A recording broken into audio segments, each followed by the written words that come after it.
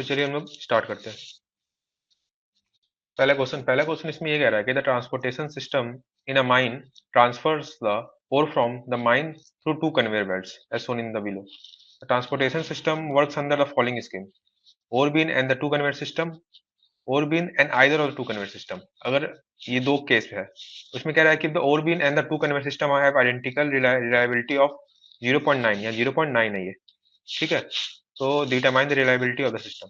तो इसमें यहाँ पे हम लोग का पहला केस जहाँ पे ओरबिन एंड टू कन्वेयर सिस्टम है वो लिया जा रहा है और रिलायबिलिटी दिया हुआ है हर एक का, तो पूरे सिस्टम का रिलायबिलिटी पूछ रहा है। यहाँ पे इसको हम लोग देख सकते हैं कि यहाँ पे ये आपका कन्वेयर वन और कन्वेयर टू आपस में पैरेलल में है, ठीक है। और इन दोनों के साथ ये आपका ओरबिन है, ये सीरीज में है। अब इसका आपका रिलायबिलिटी 0.9 दिया है, इसका रिलायबिलिटी 0.9 दिया है और इसका रिलायबिलिटी 0.9 दिया है। तो पूरे सिस्टम का रिलायबिलिटी हम लोग को निकालना है। तो पहले हम लोग जो पैरेलल में है इसका इक्विवेलेंट निकालेंगे। तो पैरेलल में इक्विवेलेंट का फॉर्मूला आपका क्या होता है कि अब हम लोग इसका है तो पहले इसमें 1 माइनस 0.9 करेंगे, ये एक C1 का मान लीजिए, फिर ये C2 का हो गया आपका 1 माइनस 0.9 और पूरे में से आपका 1 में से इसको माइनस कर देंगे, तो ये आ गया पैरेलल का। और उसके साथ आपका क्या सीरीज में है ये और बिन, तो इसको 0.9 से मल्टीप्लाई कर लेंगे, तो ये आपका हो गया पूरे सिस्टम का रिलायबिलिटी। इसको हम लोग सॉल्व करते हैं, देखते हैं कितना आ रहा है। इसको हम लोग जैसे सॉल्व करेंगे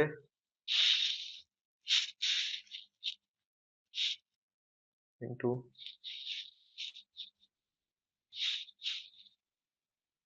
ये आएगा आपका 0.891। तो इसमें आपका ऑप्शन डी जो है वो आपका करेक्ट है। ये हो गया पहला क्वेश्चन। दूसरे क्वेश्चन पे हम लोग आते हैं। दूसरा क्वेश्चन ये कह रहा है in an inventory system in the mine workshop the setup cost of the dump truck tyre is इतना। इसमें क्या दिया है, ये आपका सेटअप कॉस्ट। तो एस से हम लोग रिप्रेजेंट करते हैं सेटअप कॉस्ट को, S is equal to setup cost per order जो कि होता है, और ये यहाँ पे आपका दिया है एस का वैल्यू ₹30,000, ठीक। यहाँ पे दिया है 30,000 पर ऑर्डर, ये हो गया। दूसरा आपको क्या दिया है annual carrying capacity. Annual carrying capacity को हम लोग एच से रिप्रेजेंट करते हैं, एच हो गया आपका एनुअल कैरिंग कैपेसिटी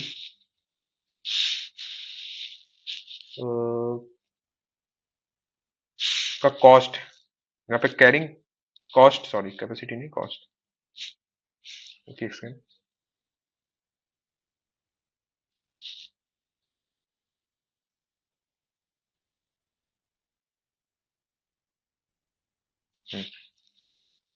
तो एच आपका क्या है annual carrying cost, annual carrying cost जो कि पर यूनिट होता है। यहाँ पे दिया है वो 3000 रुपीज में, 3000 पर यूनिट। और एनुअल डिमांड जो है D equal to annual demand वो आपका दिया हुआ है 2000 यूनिट। तो अब आपका क्या पूछ रहा है ईओक्यू। ईओक्यू आपका क्या होता है इकोनॉमिक ऑर्डर क्वांटिटी।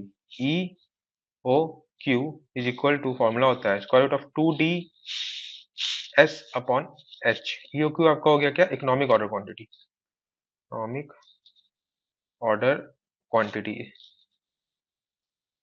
ईओक्यू हो गया आपका क्या इकोनॉमिक ऑर्डर क्वांटिटी, इसका फॉर्मूला होता है square root of 2D S upon H. और ये आपका वैल्यू पुट करिए, आंसर आ जाएगा 2000 इंटू एस का वैल्यू आपका हो गया 30,000 डिवाइड बाय 3000। ये आपका आएगा स्क्वायर रूट ऑफ, इसको सॉल्व करेंगे 40,000 जो आपका होगा 200 यूनिट, ठीक।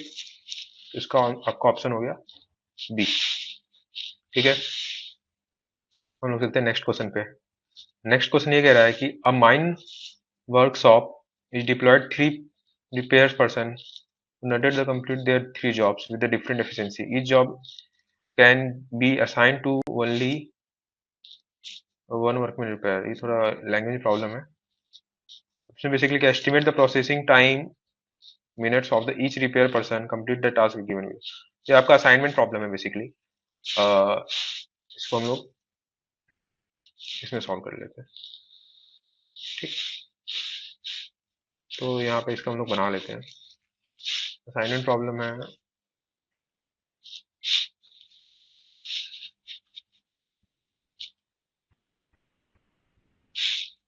ये हो गया।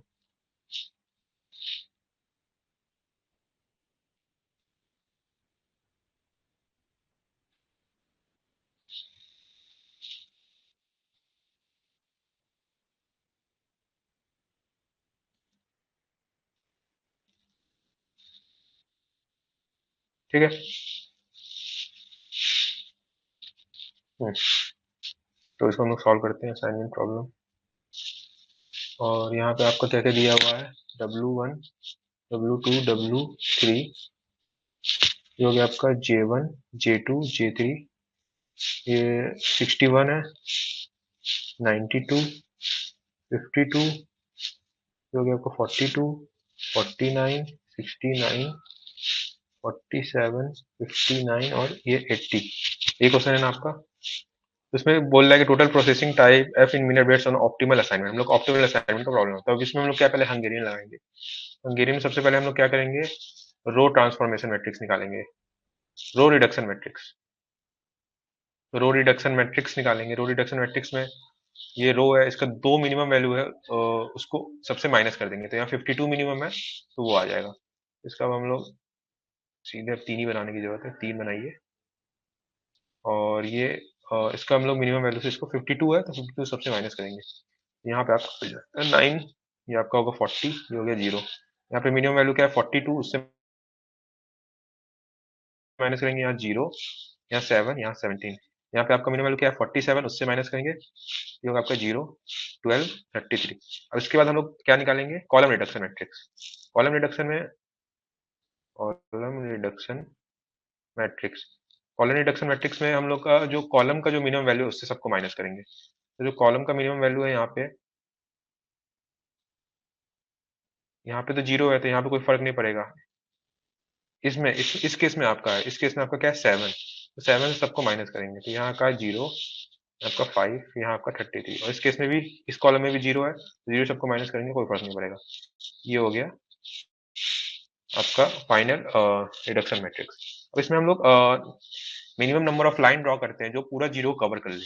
तो इसमें क्या हो गया, ये एक लाइन, ये एक लाइन, ये एक लाइन। अब 3 से कम तो लाइन नहीं बना पाएंगे जिससे हम लोग पूरा 0 कवर कर ले, तो यहाँ 3 लाइन लगोगे। और ये जब नंबर ऑफ लाइन जो है ये n, वो m के बराबर है, मतलब order of matrix, order of matrix के बराबर है ये नंबर ऑफ लाइंस। तो हम लोग फर्दर नहीं जाना पड़ता है। दिस केस इंडिकेट करता है ऑप्टिमलिटी, दिस केस इंडिकेट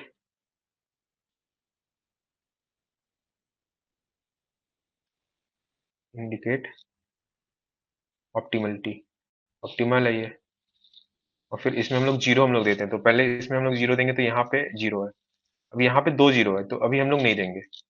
इस रो में आएंगे, इस रो में यहाँ पे 1 0 है, तो इसको यहाँ पे हम लोग असाइन कर दिए।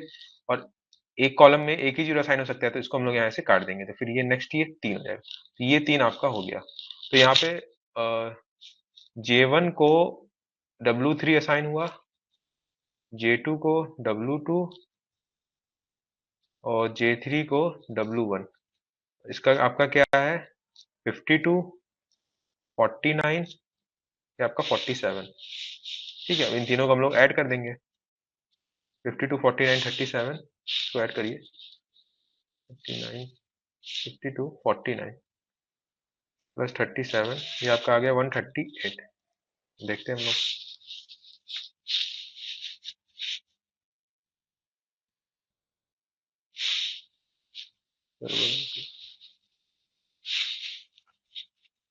52, 49 और 47 ना, ठीक है। हाँ, तो ये आपका 148 होगा। तो ये आपका बी ऑप्शन ही हो गया आपका करेक्ट ऑप्शन। ठीक है, सेकंड क्वेश्चन, थर्ड क्वेश्चन हो गया। फिर नेक्स्ट क्वेश्चन ये आपका दिया है कि the grade value of 25 iron और Our samples in a mine are normally distributed. The sample of mean or standard deviation of these samples observations are 60 and 4%. 95% confidence interval limits population, ये हम लोग को पूछ रहा है। इसमें अब देखिए आप लोग को क्या क्या दिया है।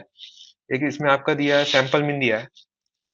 सैंपल मीन जो एक्स बार से रिप्रेजेंट होता है वो आपका दिया है 60%। सैंपल का आपका स्टैंडर्ड डेविएशन दिया हुआ है जो कि एस से हम रिप्रेजेंट करते हैं, वो आपको 4% दिया हुआ है। और सैंपल साइज दिया है, सैंपल साइज एन दिया हुआ है 25। इसमें क्या कह रहा है, कॉन्फिडेंस इंटरवल, आप कॉन्फिडेंस इंटरवल पूछ रहा है। कॉन्फिडेंस इंटरवल का फॉर्मूला क्या होता है, C I which is equal to sample mean plus minus Z value into आपका standard deviation divide by square root of N. और यहाँ पे जेड वैल्यू आपका दिया हुआ है, देखिए क्वेश्चन में जेड 95% कॉन्फिडेंस लिमिट के लिए द गिवन जेड 0.975 1.96 ये दिया हुआ है ऑलरेडी। कुछ नहीं है, इसमें वैल्यू पुट करिए। एक्स बार हो गया आपका 60 plus minus 1.96 into 4 divide by square root of 25। ये हो गया 60 plus minus 1.96 into 4 divide by 5। ये आपका हो गया 60 प्लस माइनस 1.586। ये आपका 1.56 का अप्रॉक्स आ रहा है, तो फर्स्ट ऑप्शन आपका इसका ये करेक्ट है। ठीक है, फिर नेक्स्ट चलते हैं। नेक्स्ट क्वेश्चन ये आपका कह रहा है कि the grade of the copper percentage at point A using the inverse distance weighting method. इसमें ग्रेड निकालना है, तो एवरेज ग्रेड निकालना है, तो इनवर्स डिस्टेंस है तो यहाँ पे हम लोग ऐसे निकालते हैं। इसका कितना दिया है 0.8, तो 0.8 इसका कितना दूरी है 10, तो इनवर्स में तो 1/10 करते हैं, प्लस इसका कितना है 0.72 divide by 20 divide by 1/10 plus 1/20। ये आपका आ जाएगा एवरेज। यहाँ से इसको सॉल्व करते हैं, तो यहाँ से इसको सॉल्व करेंगे आपका आएगा 0.08 प्लस 0.036, और यहाँ से आपका सॉल्व करेंगे, इसका एलसीएम लेंगे तो यहाँ पे आपका आ जाएगा 3 इंटू ऊपर 20 ऊपर चला जाएगा। इसको जब हम लोग सॉल्व करेंगे तो हम लोग का आंसर आएगा 0 पॉइंट करिए 77333 आगे बढ़ते जाएगा, जो कि अप्रॉक्स 0 पॉइंट अगर इसमें देखा जाए तो 784 के अप्रॉक्स है। तो ये ऑप्शन आपका क्या करेक्ट हो गया। ठीक है, ठीक है ना, चलिए ठीक है आगे चलते हैं। फिर नेक्स्ट कह रहा है the block economic values in the 2D model are shown below based on the assumption of 1:1 slope. 1:1 slope का मतलब क्या हुआ कि आपका जो स्लोप एंगल है क्या है 1:1 है, ये भी 1 है और ये भी 1 है। तो इसका मतलब ये हुआ कि ऊपर जितना निकालेंगे उसके 45 डिग्री में हम लोग नीचे निकाल सकते हैं। तो इसमें हम लोग सबसे पहले क्या पॉजिटिव दिख रहा है हम लोग को, ये पॉजिटिव दिख रहा है, ये वाला हम लोग को क्या दिख रहा है पॉजिटिव, ये पॉजिटिव दिख रहा है, तो इसको सबसे पहले हम लोग इसको निकालेंगे, इसको निकालेंगे। फिर उसके बाद अब 1 है, अब इसके इधर भी निकाल सकते हैं इधर भी निकाल सकते हैं, तो मान लीजिए हम लोग अभी इधर निकालें तो हम लोग का नेट जीरो हो गया। अभी नेट जीरो भी और भी निकाल सकते हैं क्योंकि नेगेटिव तक हम लोग जा सकते हैं। तो यहाँ से आपका फिर क्या होगा, ये यहाँ से आपका ये भी निकाल सकते हैं, यहाँ पे नेगेटिव होता है, यहाँ पे हम लोग क्या हो जाएंगे रुक जाएंगे। इसका आपका क्या नेट अब आपका 45 डिग्री बनाना है, तो 45 डिग्री में आपका नीचे एक ही ब्लॉक आ रहा है, तो ये तीसरा होगा। 45 डिग्री में इसका देखेंगे तो हम लोग सबसे पहले पॉजिटिव ऊपर लेयर निकालेंगे, तो सबसे ऊपर लेयर में जो पॉजिटिव ये हम लोग दे रहा है, तो सबसे पहले हम लोग ये निकालेंगे, फिर ये भी निकाल सकते हैं ये भी निकाल सकते हैं, ये निकाल दिए, फिर जीरो हो गया नेट। तो अभी हम नेक्स्ट स्टेप पे जाएंगे, नेक्स्ट किस पे जाएंगे, इस पे जाएंगे, तो यहाँ पे आपका 45 डिग्री बनेगा। तो यहाँ नेगेटिव दिया लेकिन यहाँ पे आपका ओवरऑल 45 पे जाएंगे तो ये थर्ड निकल जाएगा। तो नेट आपका अगर देखिए तो कितना बन रहा है 1 4 और -2, तो 2 का आपका प्रॉफिट आपका नेट मिल रहा है। तो इसमें पूछ रहा है भाई कौन कौन सा आप निकाल सकते हैं, तो आप वही देखिए इसमें कौन कौन सा निकाल सकते हैं।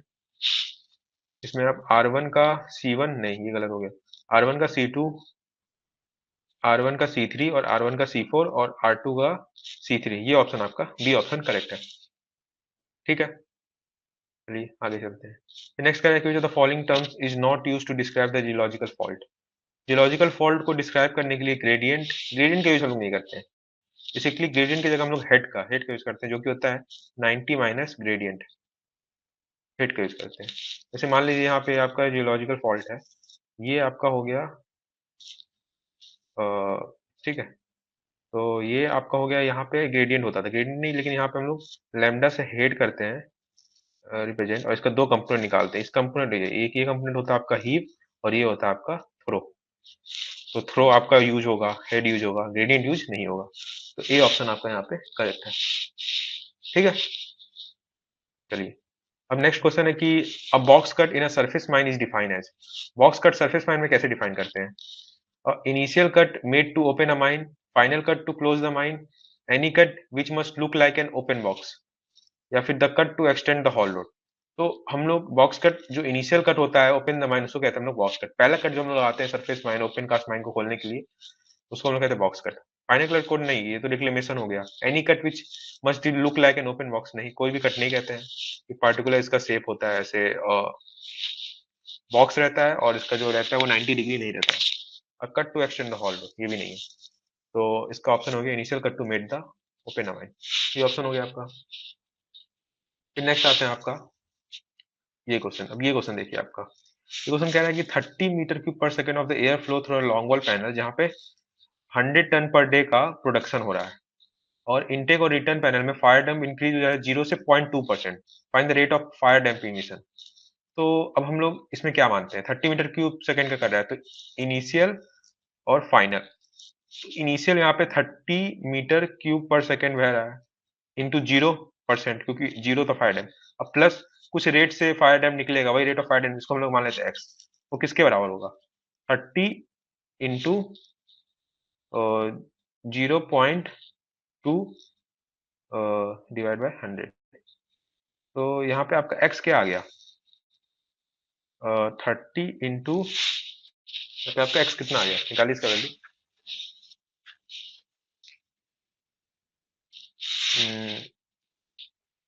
तो हम लोग सीधे सॉल्व करते हैं ना।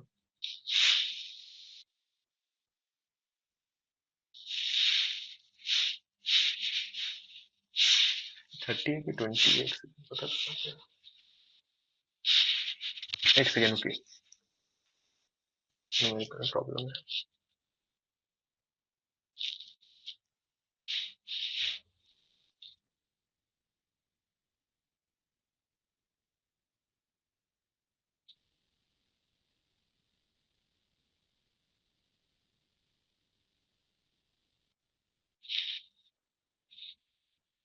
ये क्वेश्चन में 30 है, यहाँ पे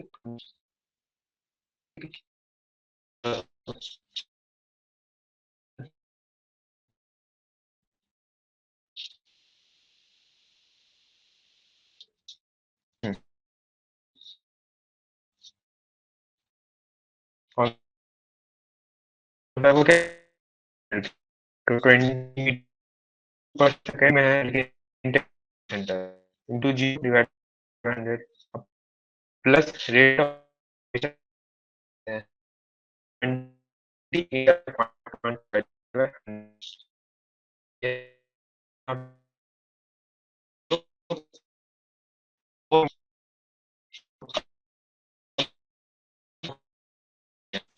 आपको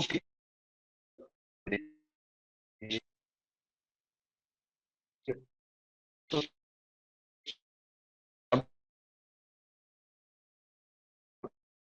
टू जीरो इसको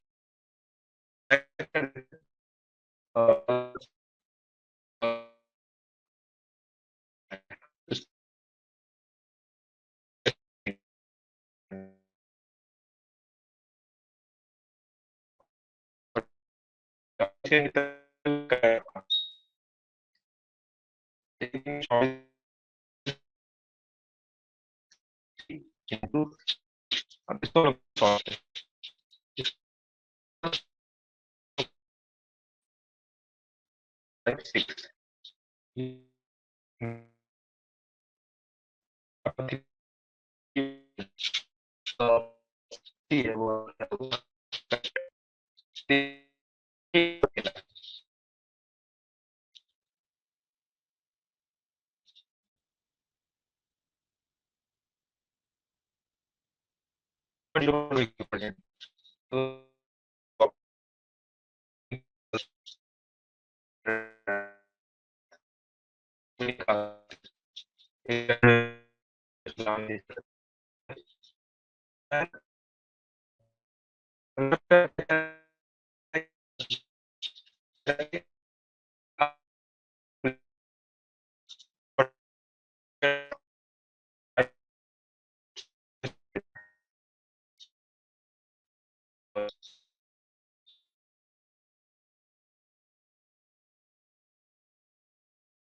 तो टॉपिक रेजिस्टेंस तो इसका स्क्वायर मीटर टू दी गलत था।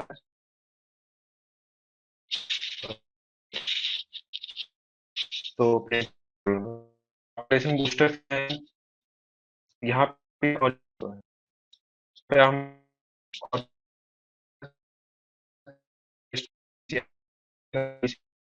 यहाँ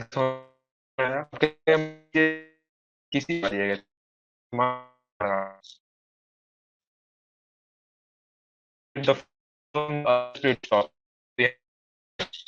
आपका जीरो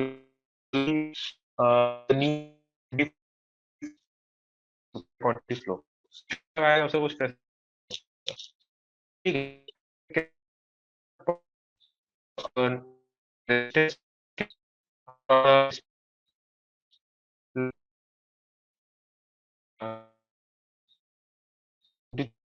ये हो गया। यहाँ पे आपका नेट इधर आपका क्या आपका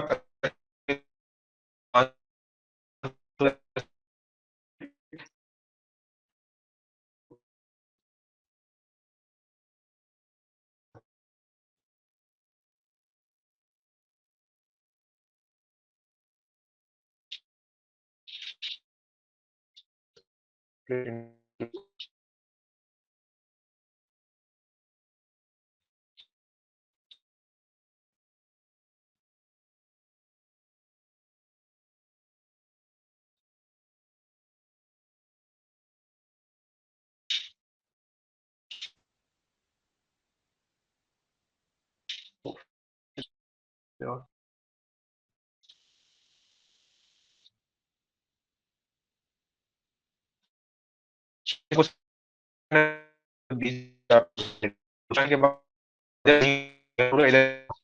चालीस नहीं है कुछ जो 50 उसका है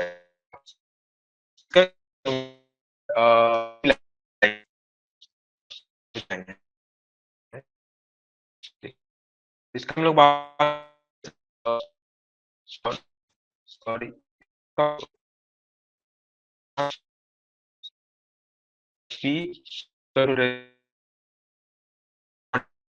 जो और जो वो ए इसका और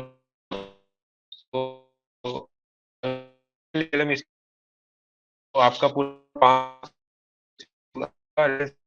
इंटू एक और लाइन लिख लिए हम लोग लाइन के ऊपर ये लाइन के पास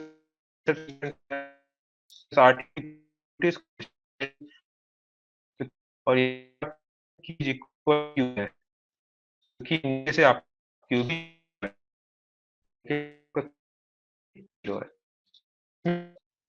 आज भी क्यू भी क्यू भी 500 इसको इक्वल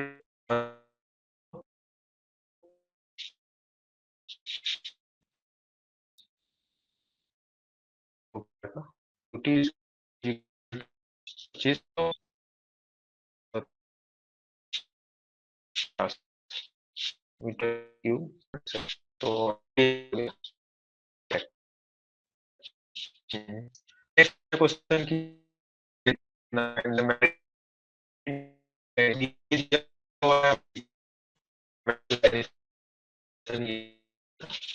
आपका एक फॉर्मूला आप लोग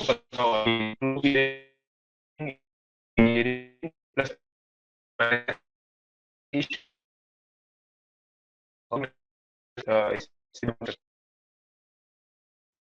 ह्यूमैनिटी का है,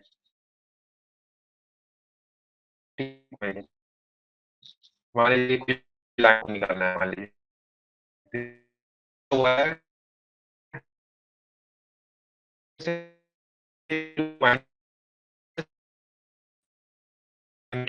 बेस्ट केस में माइनस तो ये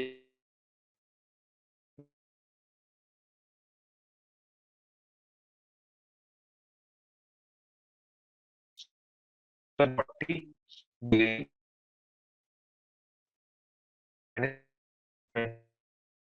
आ जाएगा,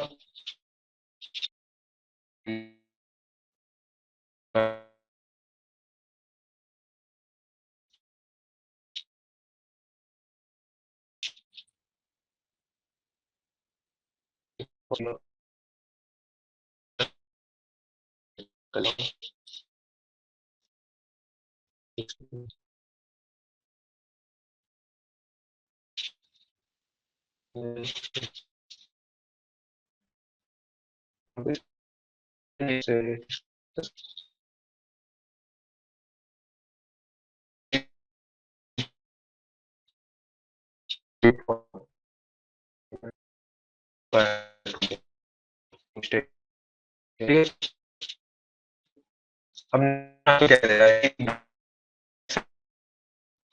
फ्लोर, यहाँ पे फ्लोर है, यहाँ का बेंचमार्क है 100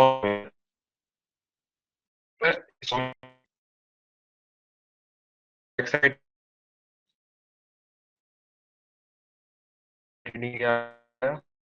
1.2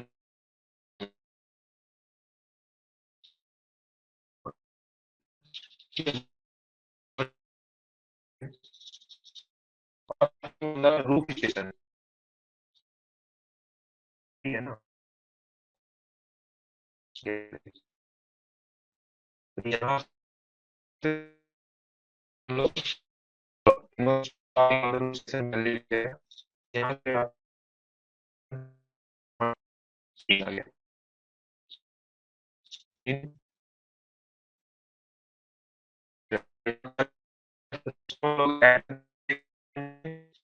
जो ये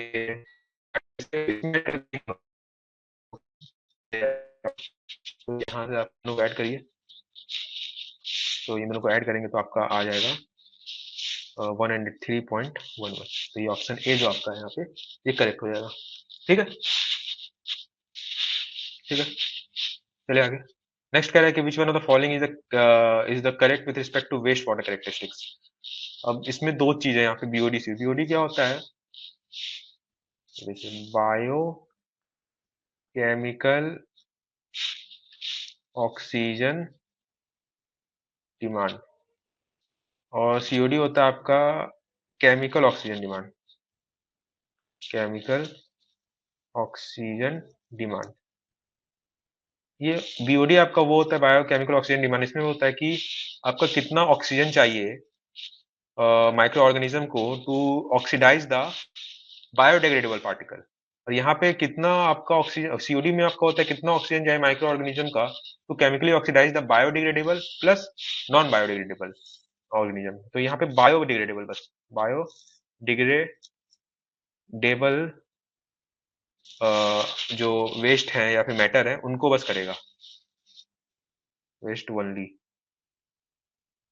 कितना ऑक्सीजन चाहिए माइक्रो ऑर्गेनिज्म को to oxidise the biodegradable waste only, यहाँ पे बायो प्लस नॉन बायोडिग्रेडेबल दोनों वेस्ट को ऑक्सीडाइज करने के लिए केमिकली ऑक्सीजन माइक्रो ऑर्गेनिज्म को कितना ऑक्सीजन चाहिए, तो ऑब्वियस सी बात है सीओडी आपका बड़ा होगा बीओडी से, तो BOD by COD is less than 1, option B यहाँ पे आपका क्या हो गया करेक्ट। ठीक है, फिर नेक्स्ट चलते हैं। फिर ये तो डीजीपीएस, ये तो रटने वाला क्वेश्चन है। डीजीपीएस क्या, differential global positioning system, differential global positioning system, ये ऑप्शन सी आपका यहाँ पे हो गया करेक्ट।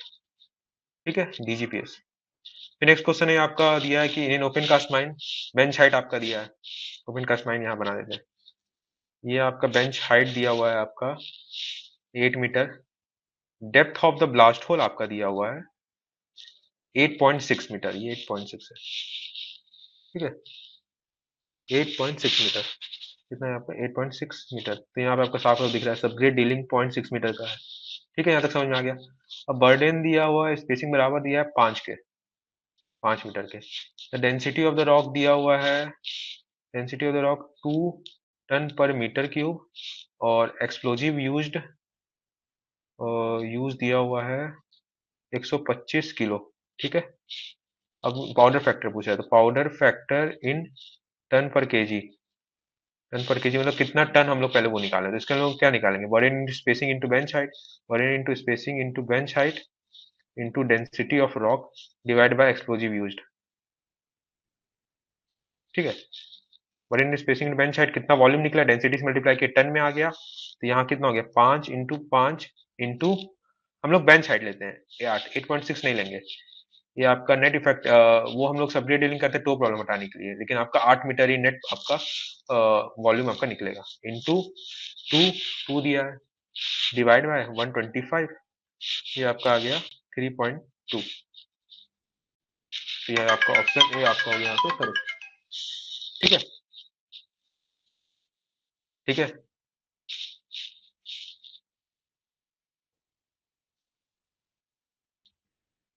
सही है,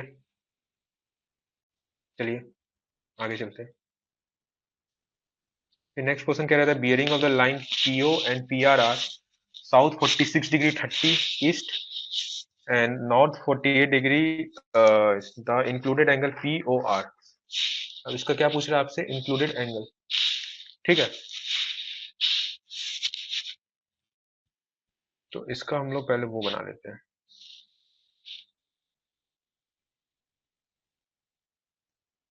नॉर्थ साउथ ईस्ट वेस्ट, तो ये आपका हो गया साउथ ईस्ट, साउथ ईस्ट से यहाँ से आपका है 46 डिग्री 30, ये आपका हो गया पीओ, पीओ। नेक्स्ट आपका क्या है, पीआर, पीआर है ना, पीआर आपका दिया है नॉर्थ ईस्ट, पी आर आपका दिया है नॉर्थ ईस्ट में 48 डिग्री 30 मिनट।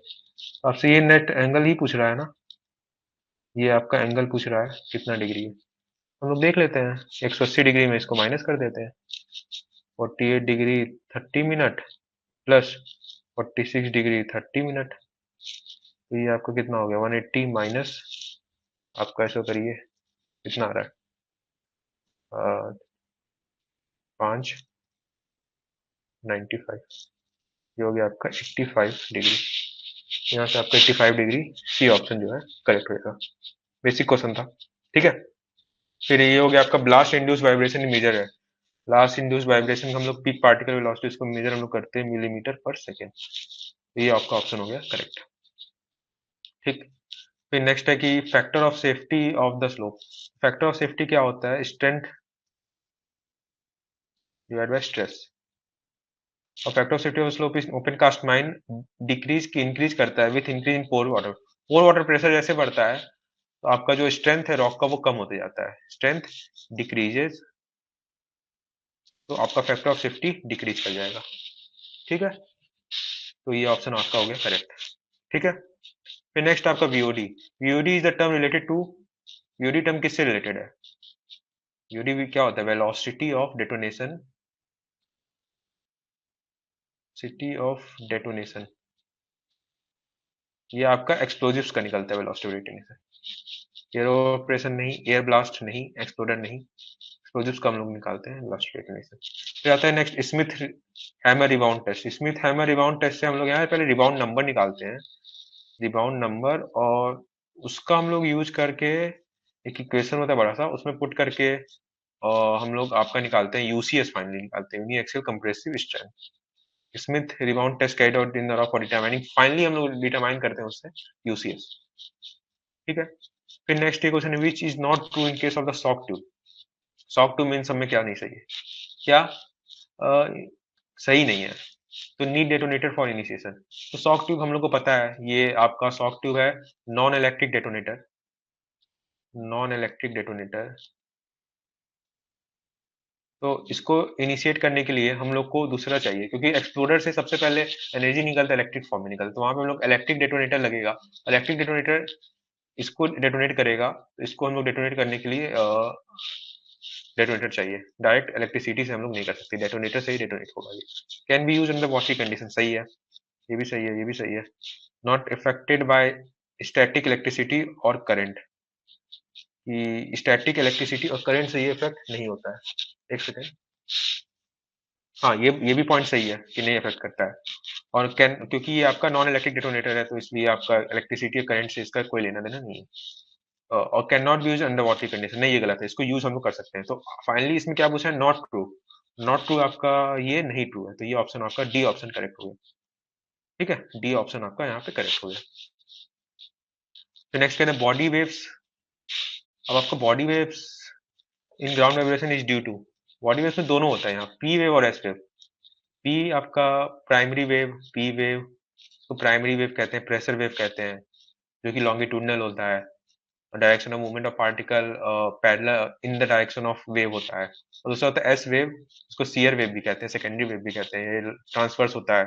ये यहाँ पे आपका direction of movement of particle perpendicular होता है टू द बेसिकली आपका वेव के। तो यहाँ पे पी और एस वेव दोनों के बॉडी वेव होता है इन ग्राउंड वाइब्रेशन में, रोज दोनों का होता है, किसी एक का नहीं होता है। ठीक है, और ये रेल वेव, तो ये तो आपका वो है सरफेस वेव, ये सरफेस वेव है।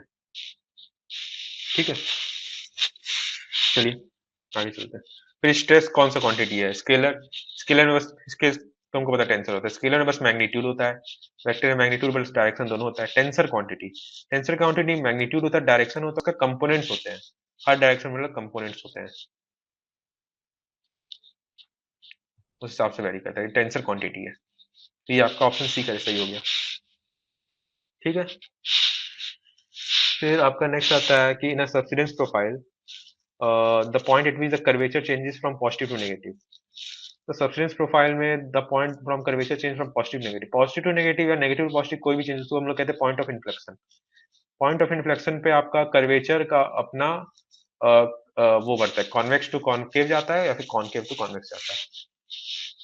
पॉजिटिव टू नेगेटिव या फिर नेगेटिव पॉजिटिव कुछ भी हो तो उसको हम लोग कहते हैं पॉइंट ऑफ इन्फ्लेक्शन। ठीक है, फिर नेक्स्ट है कि which of the following statement pertaining to with angle of draw of an incline coal seam is true. यहाँ पे नेक्स्ट क्वेश्चन आता है आपका एंगल ऑफ ड्रॉ का। तो एंगल ऑफ ड्रॉ तो आपको पता ही होगा, यहाँ पे ये है, हम लोग मान लीजिए यहाँ पे कोयला आपका है और यहाँ पे इतना हम लोग एक्सट्रैक्ट कर लिए, ये सरफेस है, ये आपका कुछ ऐसे प्रोफाइल बनेगा,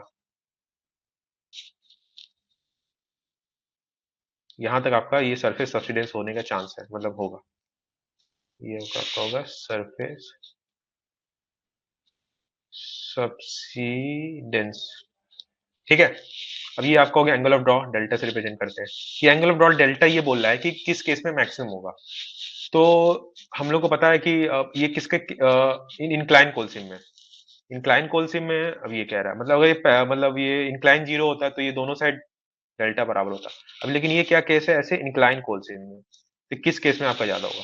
तो पहले तो हम लोग को पता है कि हम लोग जो एक्सट्रैक्शन है ये perpendicular to the strike direction होगा, तो मतलब डिप, और डिप में भी डिप साइड की राइट साइड में होगा, हम लोग को पता है डिप साइड में होता है। ये किस साइड में होगा आपका, डिप साइड में। ठीक है,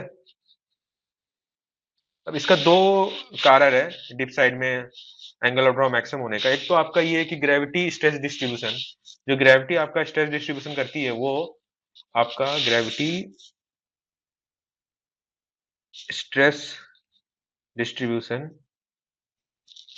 की ओवरऑल ग्रेविटी का जो है वो डाउनवर्ड डायरेक्शन में लगेगी, तो ये आपका नेक्स्ट नीचे जाएगा। उसका स्ट्रेस डिस्ट्रीब्यूशन इस तरीके से होगा कि ये वाला आपका एंगल ये ज्यादा होगा dip side as compare to right side में। और दूसरा है कि ओवरबर्डन मूवमेंट, ओवरबर्डन मूवमेंट आपका जो ये है कि आपका जो नेक्स्ट होल सिम के अबव स्टार्टा होता है, इंटरमीडिएट स्टार्टा, वो आपका जो इस साइड है वो मूव करेगा टुवर्ड डिप साइड, तो वहां से भी आपका एंगल ऑफ ड्रॉ इंक्रीज होता है। तो angle of draw will be maximum in the dip direction of seam. ये आपका हो गया ऑप्शन ए करेक्ट, राइज में नहीं, इन द स्ट्राइक नहीं, स्ट्राइक के परपेंडिकुलर होता है हमेशा भी। फिर नेक्स्ट है कि ब्राजीलियन टेस्ट।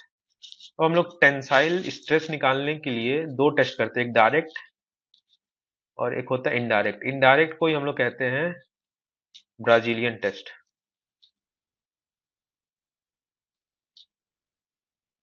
ठीक है। ये तो आपका होता है कि आपका मतलब इसमें डायरेक्ट लगता है तो डायरेक्ट टेंसाइल फोर्स निकालते हैं। इसका आपका होता है sigma T equal to 2p upon pi D T. इसका तो आपका होता है p upon pi D square by 4। ठीक है, तो ये आपका sigma T is equal to 2 into, अब यहाँ पे 5.4 है, क्या गलत, 2.7 है ना थिकनेस, 2.7, 2400, तो 2 into 2400 divide by pi D T. D हो गया आपका 5.4 और टी आपका हो गया 2.7। सेंटीमीटर में रखेंगे क्योंकि यूनिट हम लोग को चाहिए इसका केजी पर सेंटीमीटर स्क्वायर। यहाँ पे आप इसको सॉल्व करेंगे, इसका वैल्यू आएगा अप्रोक्स 4.8 केजी पर सेंटीमीटर स्क्वायर। ये आपका ऑप्शन बी यहाँ पे हो जाएगा करेक्ट। ठीक है। ठीक है, ये हो गया। फिर नेक्स्ट क्वेश्चन आपका आता है कि कोल बम्स इन डीप माइन में अकर। कोल बम्स आपका जो होता है वो होता है सडन फॉल, जो पिलर के पास है वहां पे आपका सडन, जो सडन मतलब अचानक से हो जाए, उसको हम लोग कहते हैं कोल बम्स। फॉल हो जाए अचानक से, आपका जो पिलर फेलियर हो जाए उसको कहते हैं कोल बम्स। तो ये बेसिकली क्या होता है कि induce stress high, induce stress अगर आपका हाई लग रहा है उससे नहीं मतलब है वो कितना झेल सकता है। अगर इंड्यूस स्ट्रेस आपका वो लग रहा है ज्यादा और वो आपका पिलर है वो एनर्जी भी वो स्ट्रेन भी उतना झेल सकता है, तो आपका उतना एनर्जी उसमें स्टोर होते जाएगा और फाइनली एनर्जी स्टोर होगा, फिर वो एक बार में आपका एक्सप्लोड होगा। तो ये कारण होता है आपका कोल बम्स का। इसका ऑप्शन ये है कि high strain energy concentration. High strain energy concentration जो है जो एक बार में आपका कितना एनर्जी जो स्टोर हो रहा है वो हाई हो जाता है तो कोल पिलर में, इसलिए कोल बम्स का फॉर्मेशन। तो ये आपका ऑप्शन डी करेक्ट हो गया। ठीक है। फिर नेक्स्ट आता है आपका क्या क्वेश्चन, ये देखिए ये क्या है, full height of development of coal seam the centre centre distance of a square pillar 4.4242 and width is 3.6। तो यहाँ पे आपका कोल पिलर बना लेते हैं इससे। ठीक, इधर भी बना लेते हैं। तो यहाँ पे सेंटर टू सेंटर डिस्टेंस दिया हुआ है 42 सेंटर सेंटर डिस्टेंस दिया हुआ है, यहाँ पे ये भी है और ये भी है। तो अब इसमें पिलर का हम लोग अगर निकालना चाहे तो कितना होगा, पिलर को होगा ये गैलरी का हम लोग माइनस कर देंगे, तो 42 में माइनस कर देंगे 3.6, ये आपका करीब कितना आएगा 48.4 होगा। ठीक है ना, सॉरी 38.4 होगा।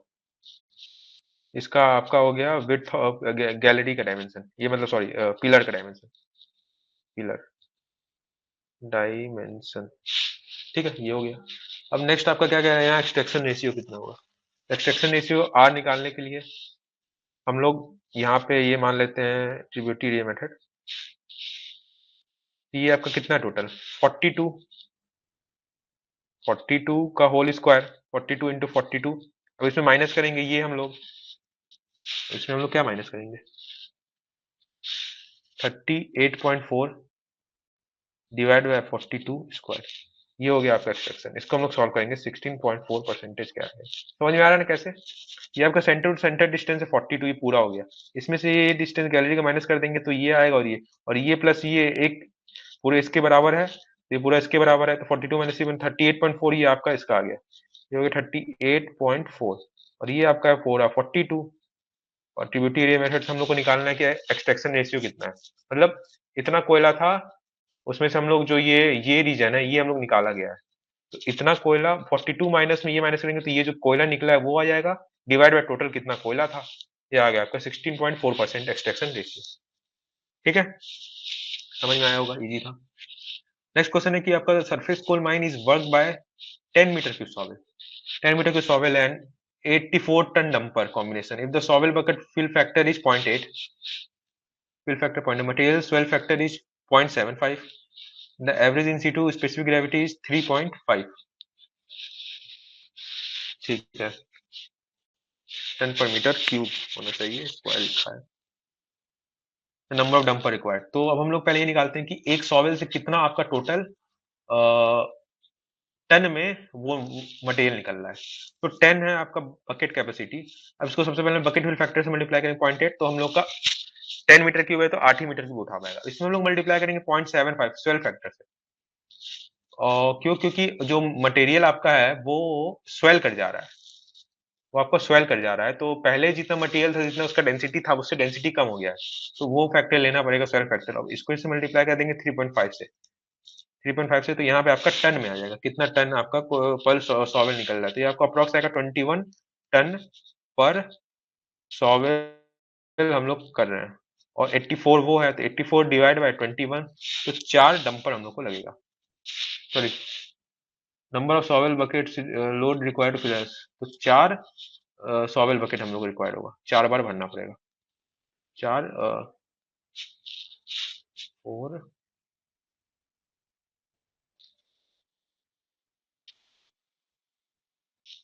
Bucket load required.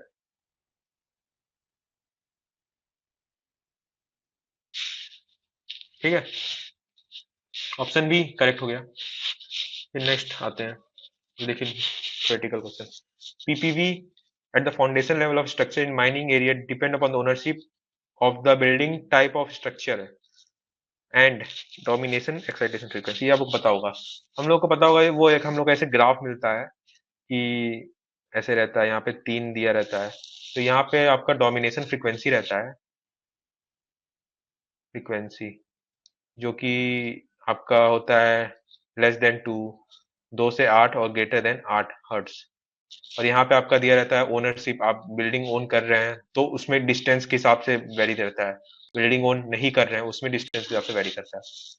तो ये आपका ownership of the building and the domination, dominate excitation frequency hertz में होता है, उस पर डिपेंड करता है पीपीवी का। ठीक है, तो फ्रीक्वेंसी आपका जितना डोमिनेट करेगा उतना आपका बेसिकली कम होता है।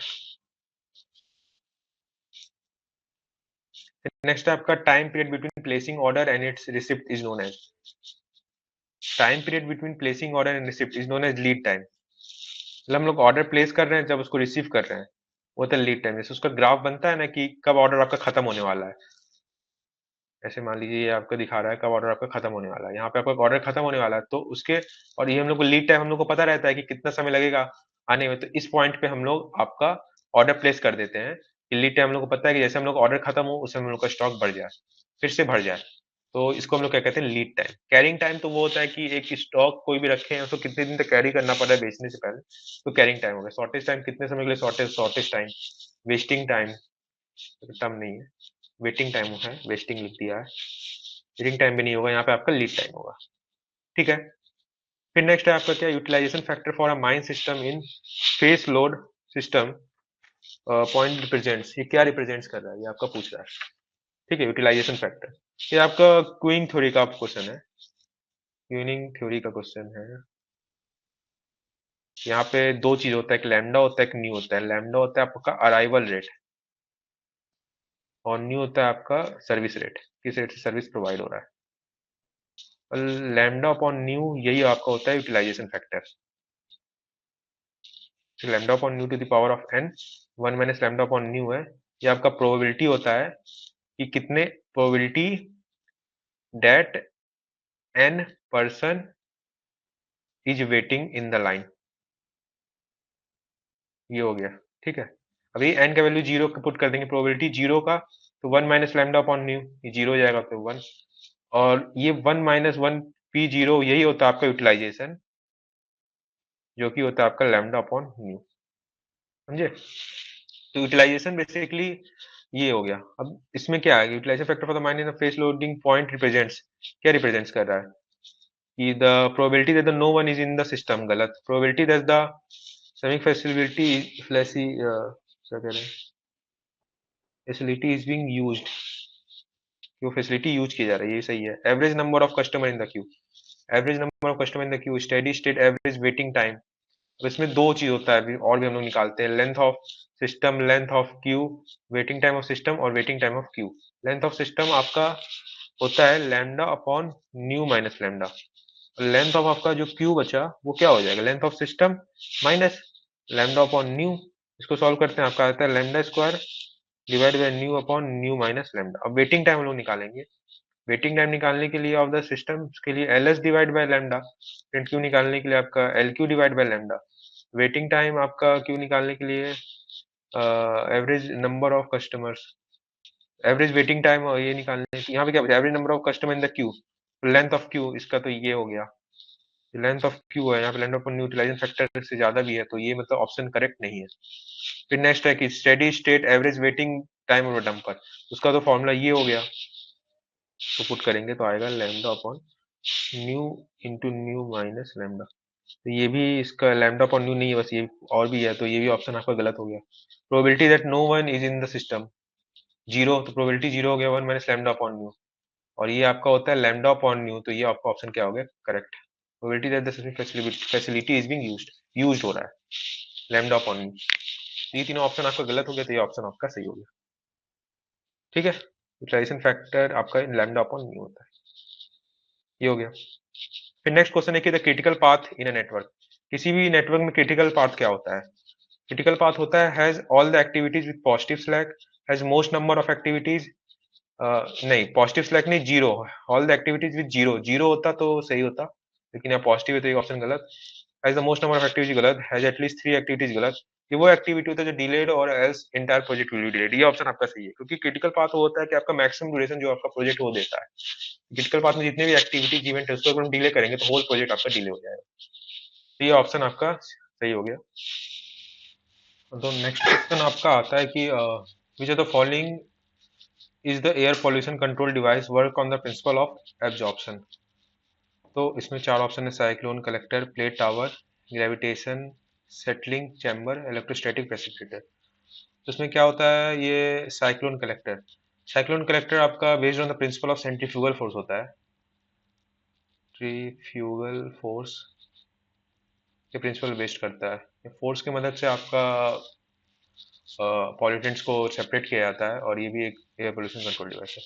फिर नेक्स्ट होता है प्लेट टावर। प्लेट टावर में आपका मल्टीपल प्लेट्स रहते हैं, उसमें लिक्विड होता है, जिससे आपका जब गैस पास होता है तो जितने भी पॉल्यूटेंट्स होते हैं वो लिक्विड एब्जॉर्ब कर लेता है, तो ये आपका हो गया सही option. Plate tower is based on the principle of absorption. ठीक है, एब्जॉर्प्शन।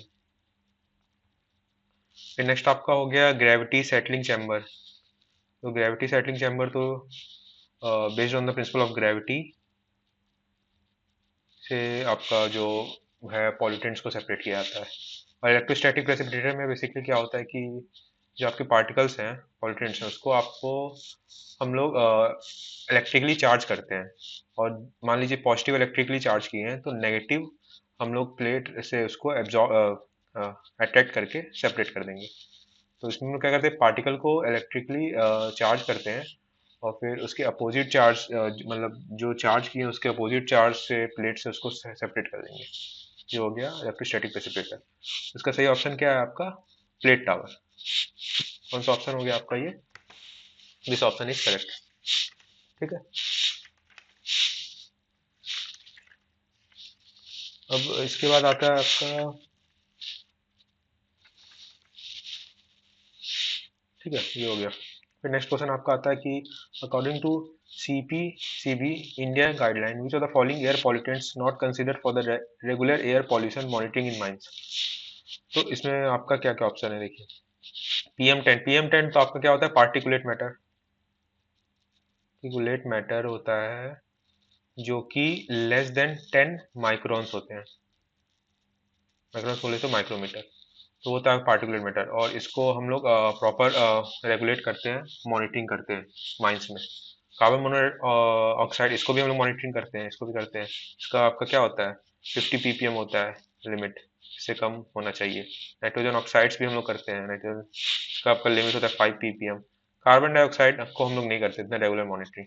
ये इन चारों में अगर देखा जाए तो इन तीनों को हम लोग मॉनिटरिंग करेंगे करेंगे, कार्बन डाइऑक्साइड को नहीं करेंगे, तो इसमें ये ऑप्शन आपका हो गया कार्बन डाइऑक्साइड सही।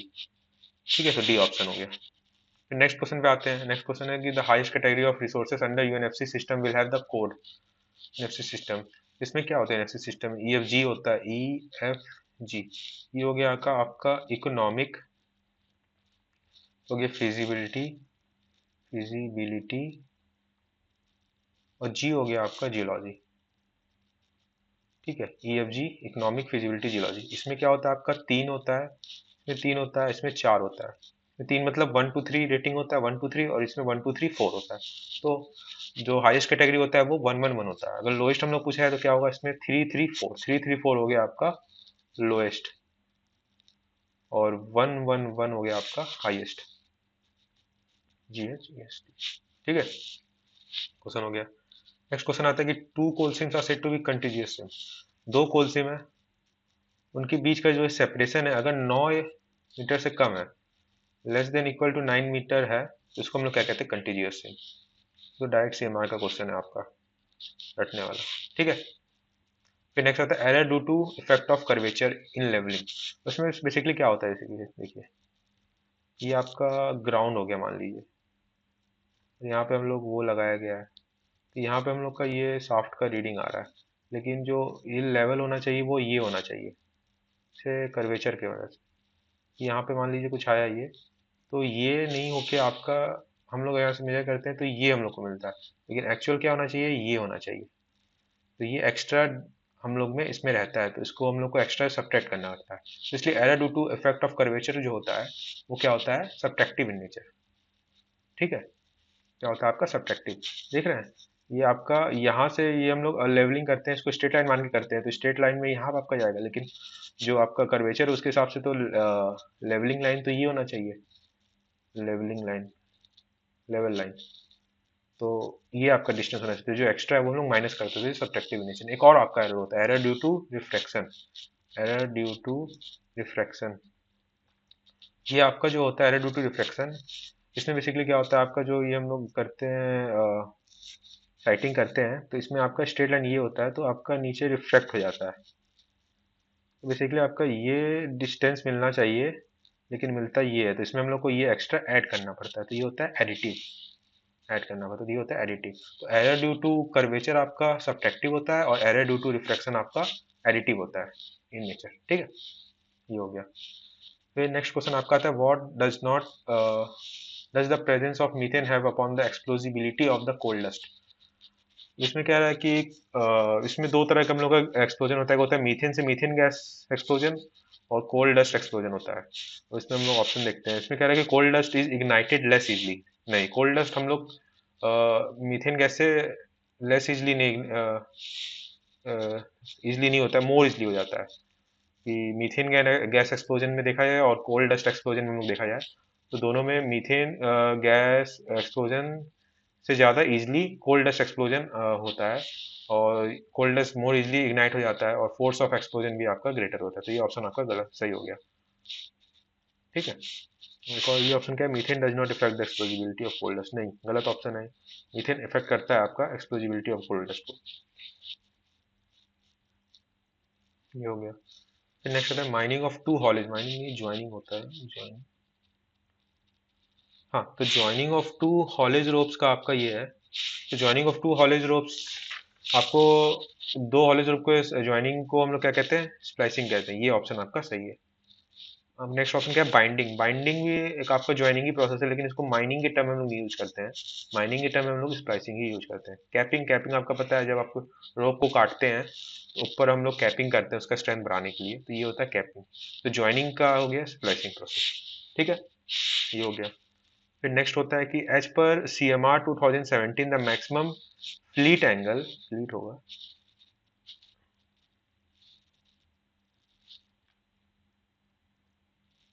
FL फ्लीट, हाँ, तो fleet angle in the drum winding is, maximum fleet angle in the drum winding होता है 1.5 डिग्री। फ्लीट एंगल ऐसे क्या होता है कि ये ड्रम है, तो ये रोप है, तो ये मान लीजिए ये रोप है, तो इससे जो एंगल बन रहा है इसको क्या कहते हैं हम लोग, फ्लीट एंगल। और जो मैक्सिमम फ्लीट एंगल है वो आपका 1.5 डिग्री होता है, उससे ज़्यादा नहीं हो सकता। ये भी CMR का डायरेक्ट रखने वाला क्वेश्चन है। तो ये हो गया, फ्लीट एंगल 1.5 डिग्री ज़्यादा नहीं हो सकता। क्वेश्चन हो गया। नेक्स्ट क्वेश्चन आता है कि वोल्टेज शेल नॉट एक्सीड डेस्ट volt for hand held portable apparatus use in the mines as per CA regulation 2010। ये भी डायरेक्ट रटने वाला क्वेश्चन है। CA रेगुलेशन 2010 के हिसाब से वोल्टेज 125 वोल्ट एक्सीड नहीं कर सकता है, उससे या उससे कम होना चाहिए। तो ये आपका बी ऑप्शन यहाँ पे हो गया करेक्ट। ठीक है, फिर नेक्स्ट क्वेश्चन आपका आता है ये कि the ratio of the volume to voids of soil mass equal porosity. Porosity क्या होता है? Porosity P equal to volume of voids divide by total volume. तो वॉइड रेशियो होता है E equal to volume of voids divide by volume of solid, जिसमें से होता है ना कि ये है, इसमें हम लोग तीन पार्ट में डिवाइड करते हैं, सॉलिड, लिक्विड और गैस। तो ये हो गया, तो ये आपका वॉइड में आता है, वॉल्यूम ऑफ वॉइड हो गया, वॉल्यूम ऑफ सॉलिड, ये टोटल वॉल्यूम हो गया वी, मास इसका जीरो ही रखते हैं, mass of liquid, mass of solid. या volume of void divide by total volume भी आपका पोरोसिटी हो गया। वहीं पे volume of void divide by volume of solid बस करेंगे तो ये वॉइड रेशियो हो गया। तो यहाँ पे क्या है, जैसे volume of void to the total volume, volume of soil mass मतलब टोटल वॉल्यूम, तो ये पोरोसिटी पी हो गया। तो ऑप्शन ए आपका यहाँ पे करेक्ट हो गया। ठीक है, फिर नेक्स्ट क्वेश्चन आता है आपका ये क्वेश्चन देखिए, यहाँ पे 28 होगा, गलत दिया। ठीक है, तो अब इसमें आपको क्या करना है कि हम लोग को ये ट्रांसपोर्टेशन का प्रॉब्लम है, उसमें मैक्सिमम मैट्रिक्स मिनिमम मेथड लगाना है। मैट्रिक्स मिनिमम मेथड को हम लोग क्या और क्या कहते हैं? Least count method. Least count method, इसको हम लोग सॉल्व करते हैं। तो देखिए इसमें मिनिमम हम लोग करेंगे, तो मिनिमम इसमें सब में क्या है 15, तो 15 में यहाँ पे 300 हम लोग दे देंगे, तो यहाँ पे 300 दे दी, ये आपका जीरो हो गया, तो ये आपका गया। फिर नेक्स्ट में अब मिनिमम हम लोग खोजेंगे। अब इसमें मिनिमम आपका क्या है 16, 16 में आपको 400 चाहिए, 400 दे देंगे, ये भी आपका जीरो हो गया, डिमांड भी जीरो हो गया, मतलब इसमें अब और डिमांड नहीं है इस वॉशर में, और इसका सप्लाई भी जीरो हो गया, तो ये भी आपका काट देंगे और ये भी कट जाएगा। फिर बाकी ये दोनों बचा, इन दोनों में इसमें 500 चाहिए तो 500 दे देंगे, ये जीरो हो गया, और इसमें काटेंगे तो इसमें 100 बचा था, और इसमें 100 दे देंगे, तो ये भी अब जीरो हो गया। ठीक है, तो अब इसको हम लोग सॉल्व करते हैं, तो कितना हो गया 15 इंटू 300 प्लस 16 इंटू 400। ये बेसिकली क्या है, 15 मतलब कि कॉस्ट पर यूनिट है, और 300 यूनिट हम लोग ले जा रहे हैं एम थ्री से W1 में ले जाने का कॉस्ट है 15 रुपीज पर यूनिट, और 300 यूनिट ले जा रहे हैं, तो ये कॉस्ट हो गया टोटल कॉस्ट M3 से W1 में ले जाने का। उसी तरह ये फिर दूसरा हो गया 16 400 प्लस 40 to 500 और प्लस 28 into 100। इसको हम लोग करते हैं, सॉल्व करिए, तो सॉल्व करिए कितना आएगा 15 into 300 plus 16 into 400 plus 40 into 500 plus 28 into 100। तो इसका आपका आंसर आ रहा है 33,700, और इसमें कोई भी ऑप्शन आपका मैच नहीं कर रहा है, तो ये भी गलत, ये भी गलत, ये भी गलत, ये चारों गलत, इसका आपका कोई भी ऑप्शन मैच नहीं कर रहा है। इसका सॉल्यूशन आपका यही होगा, लेकिन ऑप्शन मैच नहीं कर रहा है, तो ये आपका क्वेश्चन का सॉल्यूशन गलत दिया हुआ है। आंसर की में इसका दिया है 15,700, लेकिन ये नहीं होगा, इसका ये होगा 33,700। इसमें कोई भी ऑप्शन आपका मैच नहीं कर रहा है, इसको हम आगे देखेंगे। ठीक है, ये हो गया। फिर नेक्स्ट क्वेश्चन आपका आता है, एक सेकंड रुकिए।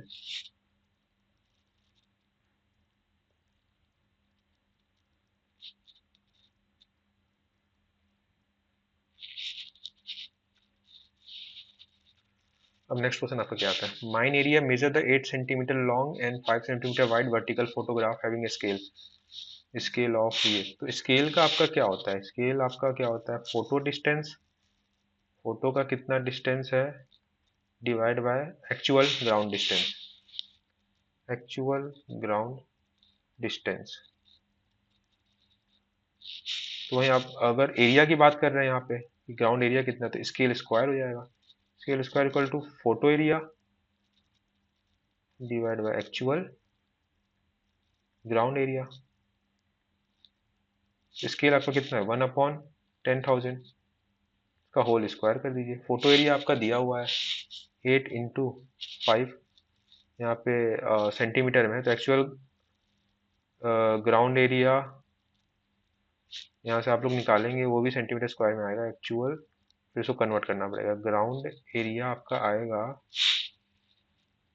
फिर इसको कन्वर्ट करेंगे हम लोग यहाँ से सॉल्व करके, तो ये आएगा आपका 0.4 किलोमीटर स्क्वायर।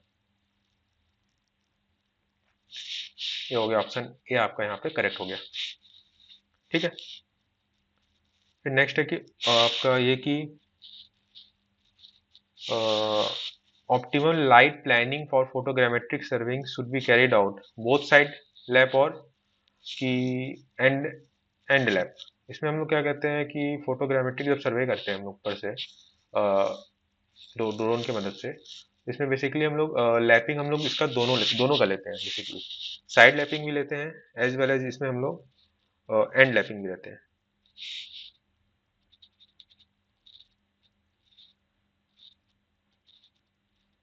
ठीक है, इसमें हम लोग दोनों लैप लेते हैं, side lap as well as end lap. ठीक है, एंड END एंड लैप, इसमें दोनों लेते हैं।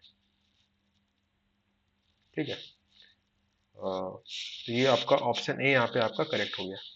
साइड लैप बेसिकली क्या होता है कि जो दो एडजेसेंट लाइन है उसका कितना लैप है उसको हम लोग कंसीडर करते हैं साइड लैप। 20 से 30% इसको लेके चलना चाहिए साइड लैप को। और एंड लैप आपका जो होता है एरिया एरिया कितना लैप कर रहा है वो हम लोग कंसीडर करते हैं, उसको कहते हैं एंड लैप। या 70 से 80% आपका ये एंड लैप होता है। तो ये हो गया आपका ऑप्शन ए करेक्ट हो गया इसका। ठीक है, अब नेक्स्ट क्वेश्चन आता है कि the ratio between the reflected and the incident energy on the surface. Reflected and the incident, total कितना इंसिडेंट कर रहा है उससे कुछ रिफ्लेक्ट कर रहा है। Surface particular wavelength is known as the, तो ये तो डेफिनेशन से आपका दिख रहा है कि स्पेक्ट्रल रिफ्लेक्टेंस होगा, रिफ्लेक्ट कर रहा है। कुछ एनर्जी आपका इंसिडेंट आई किया, वैसे कुछ रिफ्लेक्ट हो गया आर, कुछ एब्जॉर्ब हो गया ए, कुछ आपका ट्रांसमिट कर गया टी। तो वो ट्रांसमिट बटा इंसिडेंट करते टी बटा आई, तो आपका ये हो जाता स्पेक्ट्रल ट्रांसमिटेंस, स्पेक्ट्रल ट्रांसमिटेंस। और वही आपका रिफ्लेक्टेंस बटा इंसिडेंट हो गया, तो ये आ गया आपका स्पेक्ट्रल रिफ्लेक्टेंस।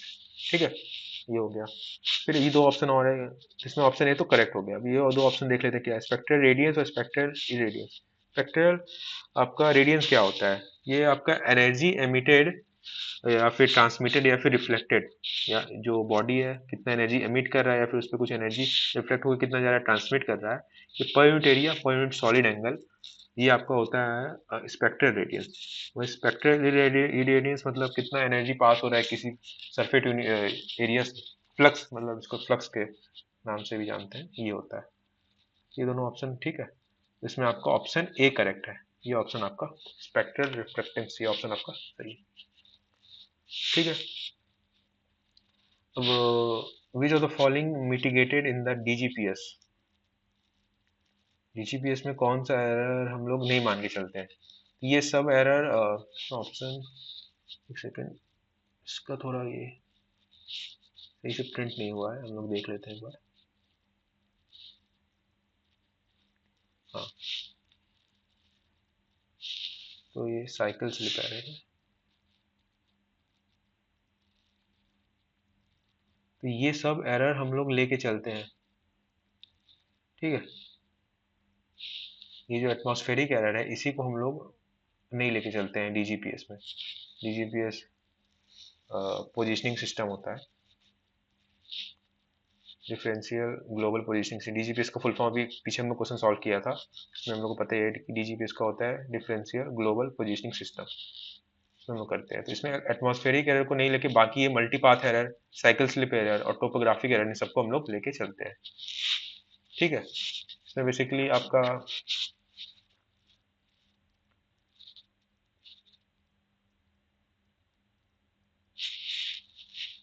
ये होता है मल्टीपाथ एरर, मतलब आपका ये होता है कि हम लोग डिस्टेंस हम लोग मेजर करते हैं, तो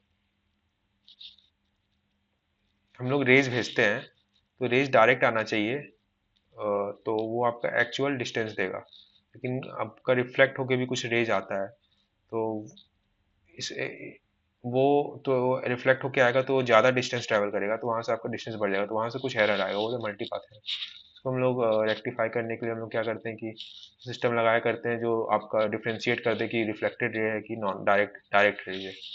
तो डायरेक्ट रेज को वो कैच करेगा, रिफ्लेक्टेड को पहचान जाएगा, तो वो वहाँ से मल्टीपाथ एरर को रिड्यूस कर देगा।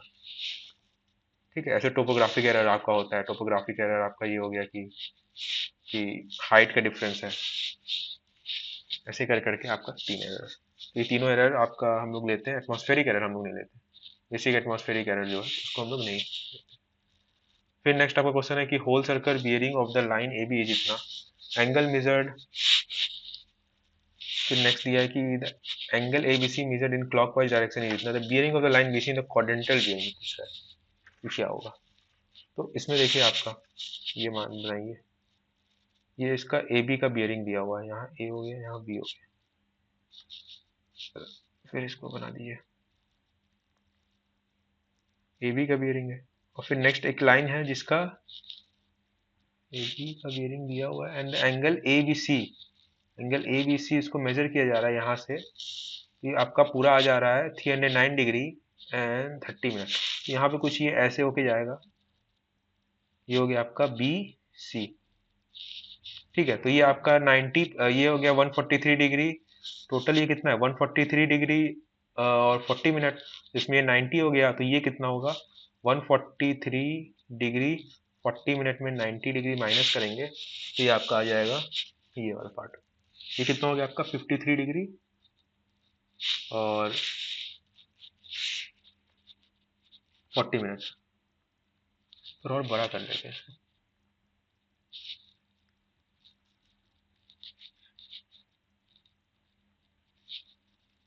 ये आपका हो गया ए बी, ये आपका हो गया ये ये ए बी हो गया और ये बी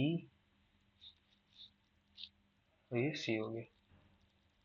ये एंगल जो मेजर किया गया है ये आपका दिया है टोटल, ये दिया हुआ है 309 डिग्री 30 मिनट, ये आपका दिया हुआ है टोटल 143 डिग्री 40 मिनट। यहाँ से ये एंगल निकल जाएगा 53 डिग्री 40 मिनट, ये एंगल 53 डिग्री 40 मिनट है, तो यहाँ से ये 90 डिग्री ये करके ये हम लोग निकाल लेंगे, ये एंगल आपका हो गया कितना 36 डिग्री 20 मिनट, 36 डिग्री 20 मिनट, 90 में माइनस कर देंगे तो ये आ जाएगा 36 डिग्री। अब देखिए ये आपका दिया है, ये आपका 270 डिग्री है, तो आपको क्या निकालना है बेसिकली इसका क्वाड्रेंटल बियरिंग, तो आपका ये एंगल चाहिए, ये एंगल चाहिए, तो एक्स मान लेते हैं। ठीक है, इसको हम लोग एक्स मान लेते हैं, तो ये देखिए 36 डिग्री 20 मिनट, 90 प्लस 90 प्लस 90 और ये एंगल, तो ये एंगल हम लोग अगर निकाल दे तो ये हम लोग को पता चल जाएगा, ये एंगल पूरा निकल जाएगा, तो ये एंगल हम लोग निकाल लेते हैं। तो ये एंगल आप हम लोग निकालेंगे तो कितना आएगा,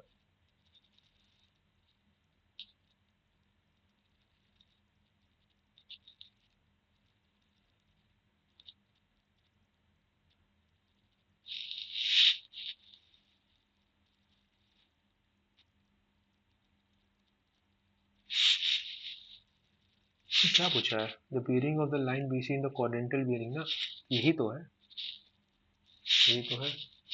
तो अब इसको हम लोग निकालते हैं, तो ये आपका 36 डिग्री 20 मिनट, हम लोग 309 डिग्री से 30 मिनट से माइनस कर देंगे 36 डिग्री 20 मिनट माइनस 270 डिग्री, ये कितना आएगा, तो सॉल्व करिए।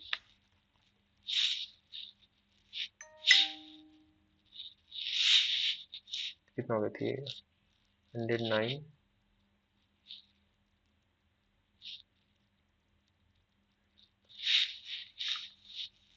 ये आपका आ गया 3 डिग्री 10 मिनट, ये आपका एंगल आ गया 3 डिग्री 10 मिनट।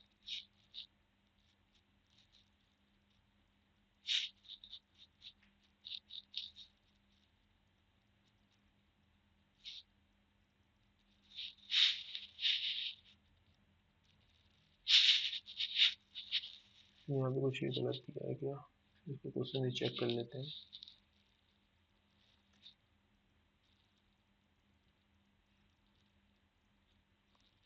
तो यहाँ एंगल का इशू है 43 डिग्री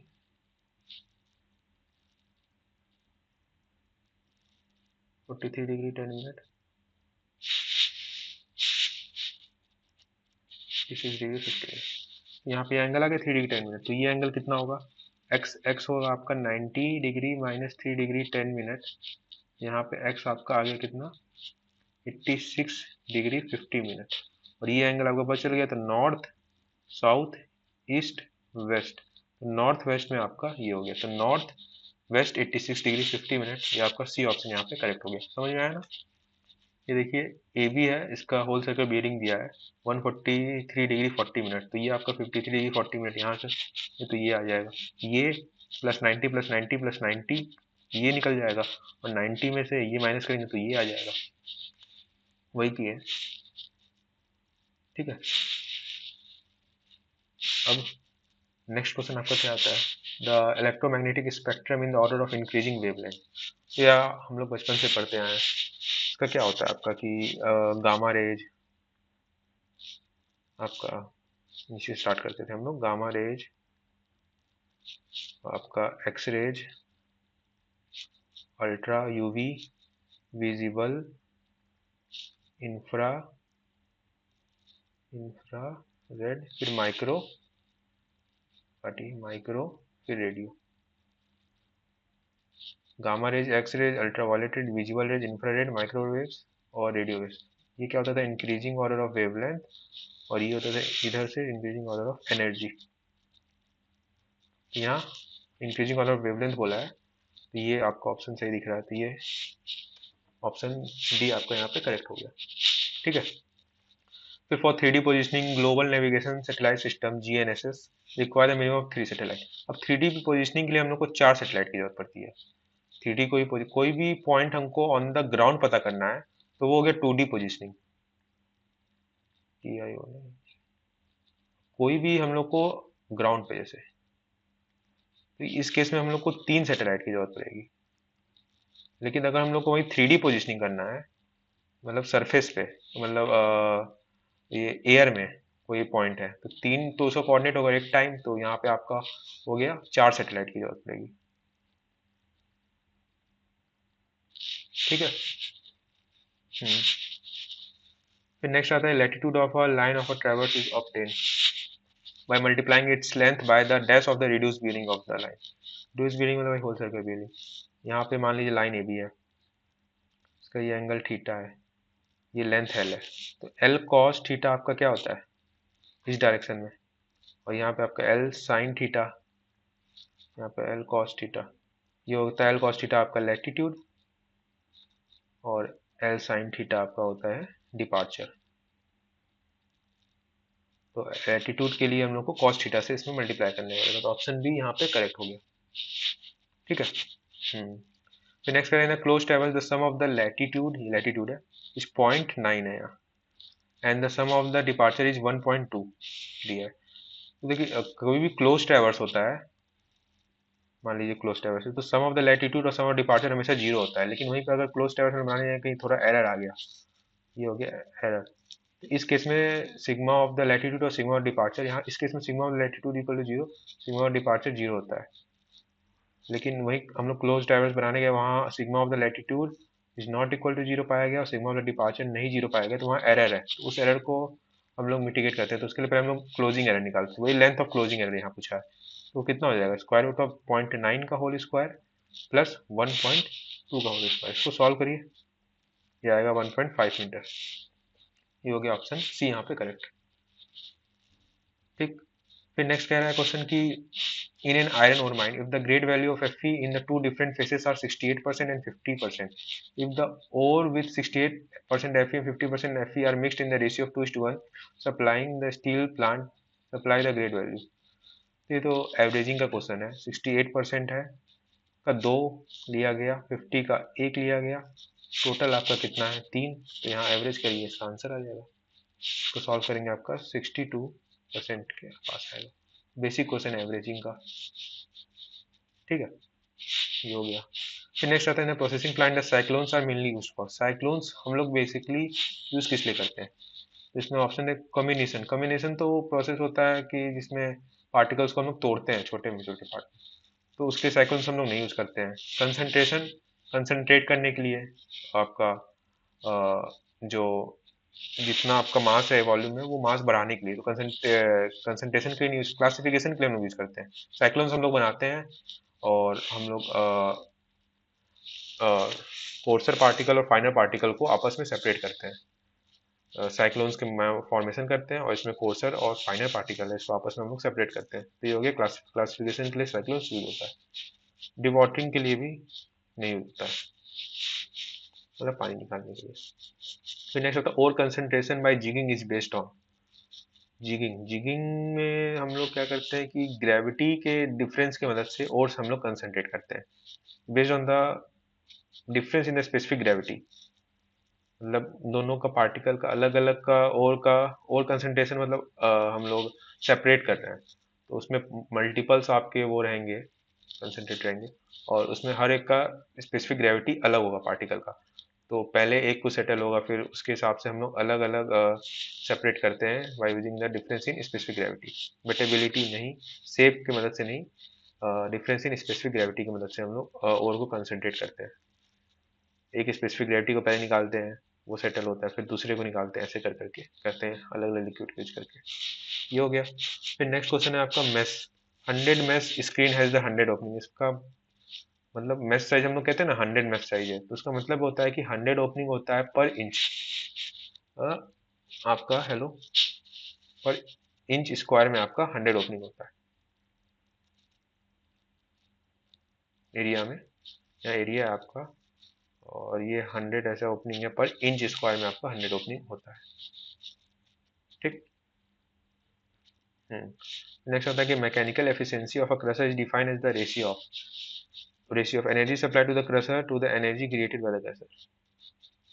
नहीं, surface energy created by the crushing to the energy supplied to the crusher to the, तो पहली बात तो एफिशिएंसी में एनर्जी सप्लाई नीचे आता, तो ये ऑप्शन अपने आप गलत हो गया।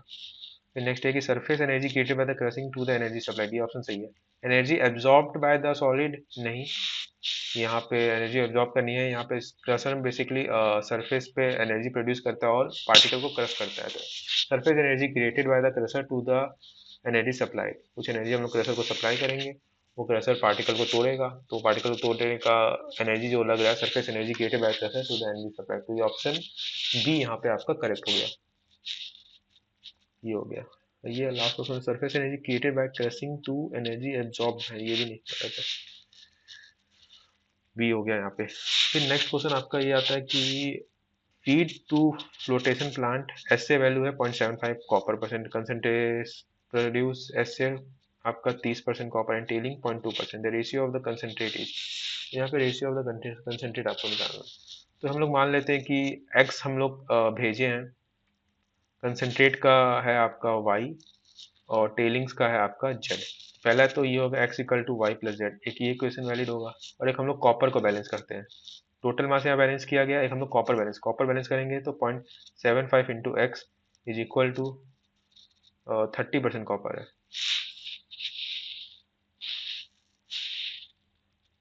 0.75 divide by 100 into x is equal to 30 divide by 100 into y plus z में कितना है 0.2, 0.2 डिवाइड बाय 100 इंटू जेड। दोनों क्वेश्चन को सॉल्व करते हैं।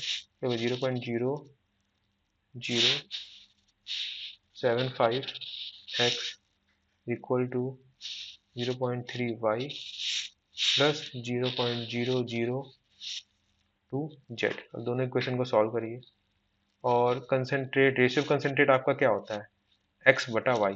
एक्स बटा वाई होता है आपका ratio of concentrate. X y में रिलेशन चाहिए, तो जेड को हम लोग सब्सटीट्यूट कर देंगे, यहाँ से उठा के हम लोग जेड को सब्सटीट्यूट कर देंगे, तो जेड क्या हो जाएगा एक्स माइनस वाई।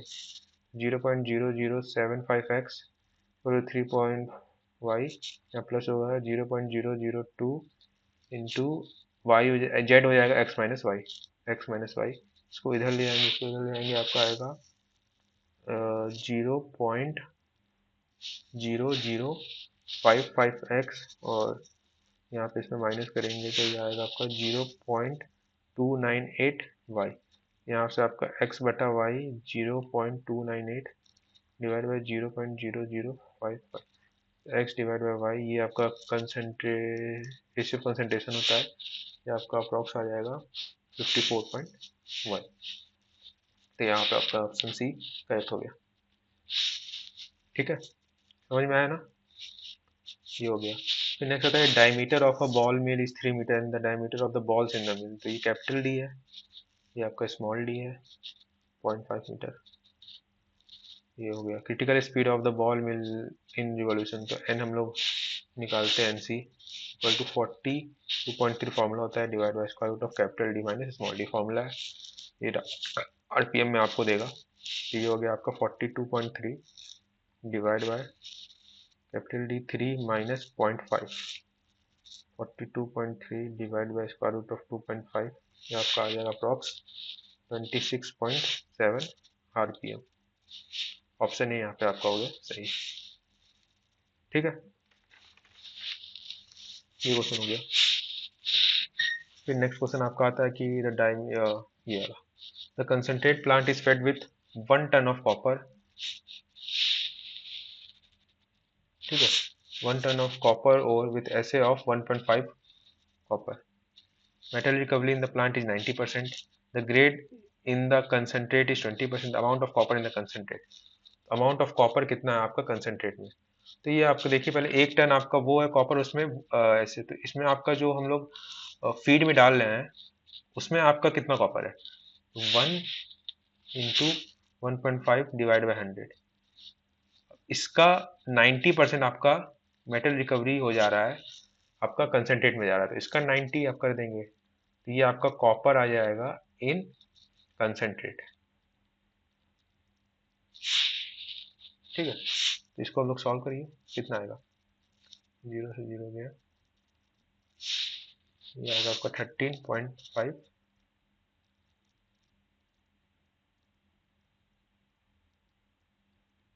इसको पहले हम लोग 1 टन है तो इसको आप सॉल्व करिए, कितना आएगा, एक सेकेंड, 1.5 इंटू 13.5 डिवाइड बाई 1000। अब ये टन में आया, इसको 1000 से मल्टीप्लाई कर देंगे तो केजी में हो जाएगा, ये क्या गया, तो 13.5 केजी आपका हो गया। ऑप्शन बी आपका यहाँ पे करेक्ट हो गया। ठीक है, ये हो गया। फिर नेक्स्ट है system consist of 4 elements A B C D, configuration of the elements, reliability as shown in the below the system. तो ये ए बी सी डी है, तो ए बी आपका सीरीज में है तो मल्टीप्लाई हो जाएगा, तो 0.6 का स्क्वायर, और यह मान लीजिए ये एक सिस्टम है, फिर ये पैरेलल है आपका 0.5 के स्क्वायर जो रिलेबिलिटी आएगा उसके साथ। अब इन दोनों को कैसे निकालेंगे, तो 1 minus 0.6 square into 1 minus 0.5 square, पूरे को 1 से माइनस कर देंगे, तो ये आपका यहाँ पे आ जाएगा। इसको सॉल्व करिए, इसको सॉल्व करते हैं, 0.6 स्क्वायर इंटू 0.5, कितना हो गया, 1 माइनस 0.48, ये 0.52, ये होगा ऑप्शन ए आपका यहाँ पे हो गया करेक्ट। ठीक, ये हो गया। नेक्स्ट आता है sum of the year digit method is use for. Sum of year digit method, इसमें क्या होता है, तो बेसिकली हम लोग डेप्रिसिएशन वैल्यू निकालते हैं कि हर साल कितना डेप्रिसिएट कर रहा है, value at nth year, nth year में, मतलब कि अगर n का वैल्यू 1 रखेंगे, मतलब अभी कितना उसका लाइफ बचा है, बेसिकली उससे होता है। इसमें क्या होता है, रिमेनिंग लाइफ, मतलब कोई है आपका 5 साल का है, तो यह उसका लाइफ, उसका 5 ईयर्स है लाइफ। तो अगर ये हम लोग depreciation value at first year निकालेंगे, तो रिमेनिंग लाइफ कितना होगा, 5 एट फर्स्ट ईयर निकालेंगे, तो divide by sum of year digit, sum of year digit और into initial value minus average value, ये होता है रिमेनिंग लाइफ। तो बेसिकली क्या होता है, मान लीजिए किसी का लाइफ है आपका ये, तो सम ऑफ एन डिजिट कितना हो गया, 5 into 5 plus 1 divide by 2, n plus 1 divide by 2, ये आपका कितना आ गया, 15। अब हम लोग डिप्रेशिएशन में वैल्यू एट फर्स्ट ईयर का निकालेंगे कितना, तो यहाँ पर रिमेनिंग लाइफ 5 होगा, सेकेंड ईयर का निकालेंगे तो रिमेनिंग लाइफ 4 होगा, थर्ड ईयर तो 3, 4th year to 5th year तो 1, एक साल का रिमेनिंग लाइफ। तो इस हिसाब से हम लोग डिप्रिसिएशन वैल्यू निकालते हैं, सम ऑफ ईयर डिजिट मैट्रिक्स से डिप्रिसिएशन वैल्यू। तो ऑप्शन सही है, ठीक है। फिर नेक्स्ट आता है कि प्रेशर ऑन द फ्रीएटिक सरफेस। तो प्रेशर होता है ऑन द फ्रीएटिक सरफेस, वो हमेशा आपका क्या होता है बताइए? इक्वल होता है एटमॉस्फेरिक प्रेशर के। फ्रीएटिक सरफेस बेसिकली क्या होता है? फ्रीएटिक सरफेस सरफेस होता है एक्विफायर में, जहाँ पे वाटर प्रेशर आपका एटमॉस्फेरिक प्रेशर के बराबर होता है।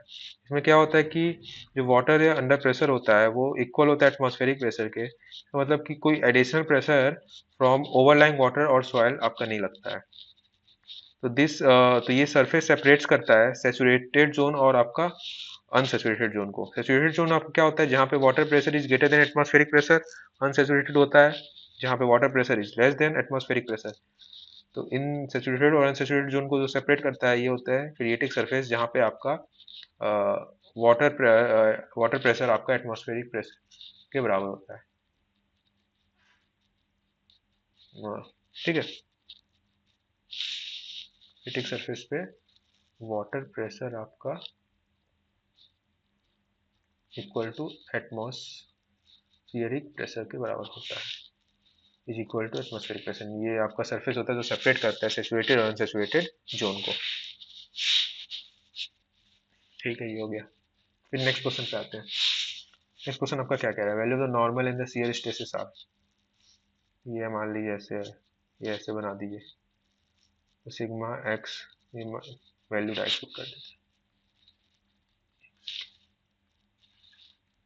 हाँ, तो sigma x 7.99 comma tau x y 0.07, ये हो गया। और ये पॉइंट आपका हो गया सिग्मा वाई वाई 6.9 कॉमा 0.07। तो यहाँ से आपका क्या निकालना है हम लोग को? रेडियस पहले निकलेगा। तो रेडियस आर आपका हो जाएगा स्क्वायर रूट ऑफ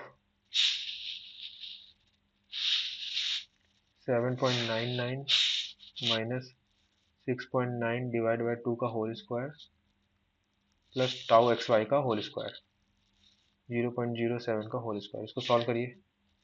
यहाँ से आपका रेडियस आ जाएगा 1.09 मीटर। ठीक है, और जी 1.09 आएगा। और यहाँ पे सेंटर हम लोग निकाल लेते हैं। सेंटर कितना हो गया? सेंटर आप कैसे निकालेंगे? सेंटर आपका हो जाएगा sigma x x plus sigma Y y divide, ये माइनस होगा। तो ये 6.9 प्लस 7.99 डिवाइड बाई 2 कॉमा इन दोनों का ऐड करेंगे डिवाइड बाई 2 तो जीरो होगा।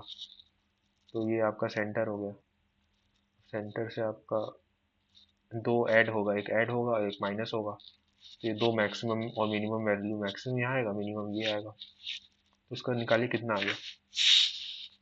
ये हो गया आपका 7.445। हो गया 7.445 कॉमा जीरो। ये कितना हो गया? 7.445 और आपका ये है वैल्यू कॉमा जीरो। और ये आपका ये आर है आपका 1.09। तो एक बार मैक्सिमम के लिए हम लोग 7.445 में ऐड कर देंगे 1.09। तो ये आपका आ जाएगा 7.445 में 0.09।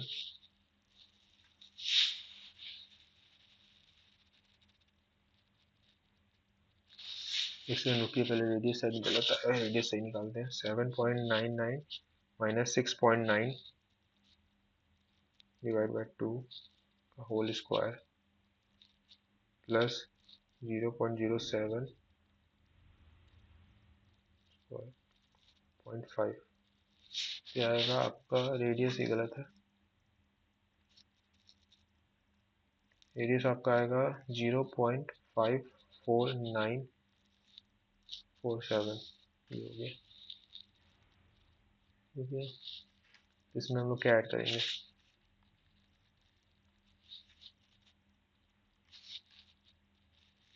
आर ऐड करेंगे ना, 0.549 मान लीजिए। तो 7.445 में 0.549 ऐड करेंगे। 7. 994 जो कि अप्रॉक्स 8 के बराबर आ जाएगा। और मिनिमम के लिए 7.445 में हम लोग ऐड करेंगे 0.549 माइनस करेंगे। इसमें हम लोग माइनस करेंगे, ये जाएगा आपका 6.896, अप्रॉक्स 6.9 के आ जाएगा। तो ऑप्शन सी यहाँ पे आपका करेक्ट हो गया। समझ में आया ना? ये sigma X tower X X sigma Y Y minus C में हो जाएगा। यहाँ पे इसका रेडियस निकाल लेंगे, X two minus X one का whole square minus Y two minus Y one का होल स्क्वायर, ये डिस्टेंस आएगा, उसको डिवाइड बाई 2 करेंगे, अंदर 4 जाएगा, वो कट पिट के ये रेडियस का फॉर्मूला है, रेडियस आ गया, सेंटर आ गया, सेंटर पता चल गया, इसमें रेडियस ऐड करेंगे तो मैक्सिमम आएगा, माइनस करेंगे तो मिनिमम आएगा। ठीक है, क्वेश्चन हो गया। फिर एक rock specimen was tested in a compression lateral and longitudinal strain found, ये इतना पॉइजन रेशियो न्यू से रिप्रेजेंट करते हैं, जो कि होता है लेटरल कंप्रेशन, लेटरल बटा longitudinal strain, lateral strain divide by longitudinal strain. Lateral strain क्या होता है? Delta D by D, longitudinal delta L by L, कितना है 0.6 डिवाइड बाय 3, कितना हो गया 0.2, यूनिटलेस होता है ये 0.2। ठीक हो गया, ये हो गया। फिर नेक्स्ट है कि form series of triaxial testing, triaxial testing का फॉर्मूला क्या होता है?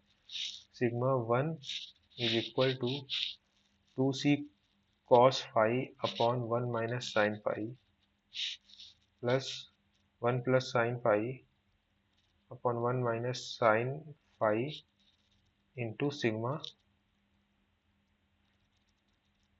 सिग्मा 3। रुकिए क्वेश्चन देख लेते हैं एक बार।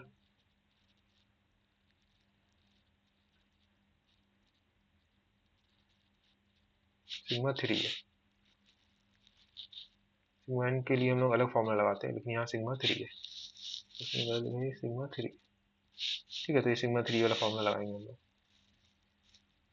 ठीक है, तो अब ये हो गया, तो इसको हम लोग अब वैल्यू कंपैरिजन करके कर देंगे। तो आपको क्या होगा 1 प्लस साइन फाई और 1 minus sine phi is equal to 5 है, तो माइनस प्लस कर देते हैं, इसको माइनस करेंगे तो 2 साइन फाई और इसमें और ऐड कर देंगे तो आ जाएगा 2 equal to 5 minus 1 divide by 5 plus 1, 2 cut गया, तो साइन फाई आपका आ गया 3 बाय 2 बाय 3, देख लीजिए थीटा है, साइन फाई ये, तो ये कितना हो गया square root of 3 square 9 minus 4 equal to square root of 5, तो कॉस फाई आपका कितना आ गया स्क्वायर रूट ऑफ 5 बटा 3।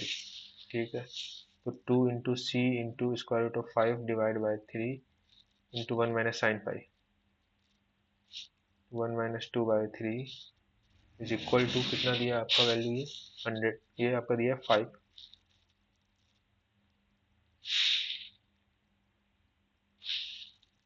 ये वैल्यू भी सब इधर उधर है,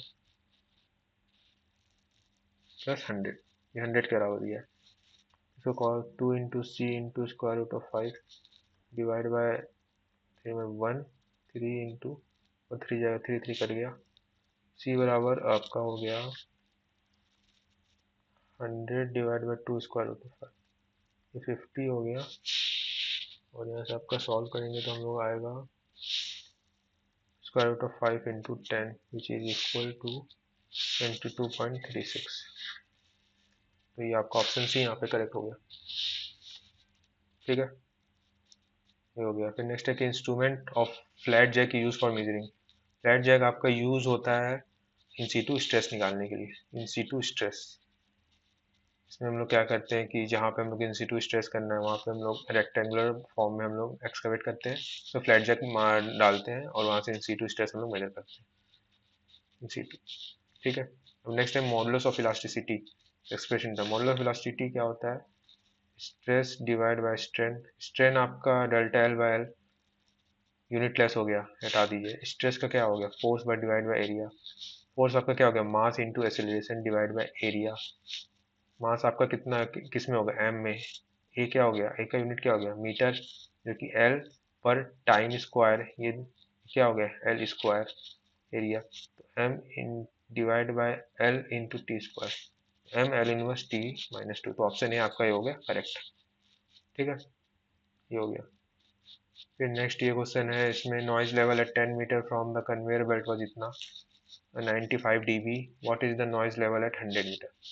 तो एक बार हम लोग कुछ ये चेक कर लेते हैं कि सही है ना।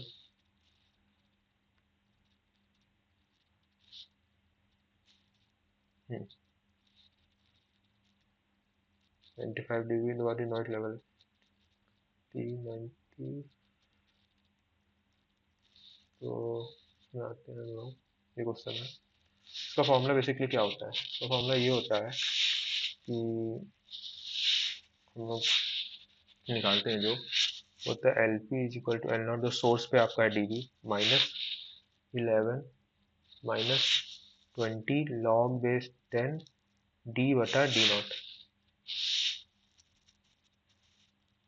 ठीक है, सॉरी ये आर हो गया।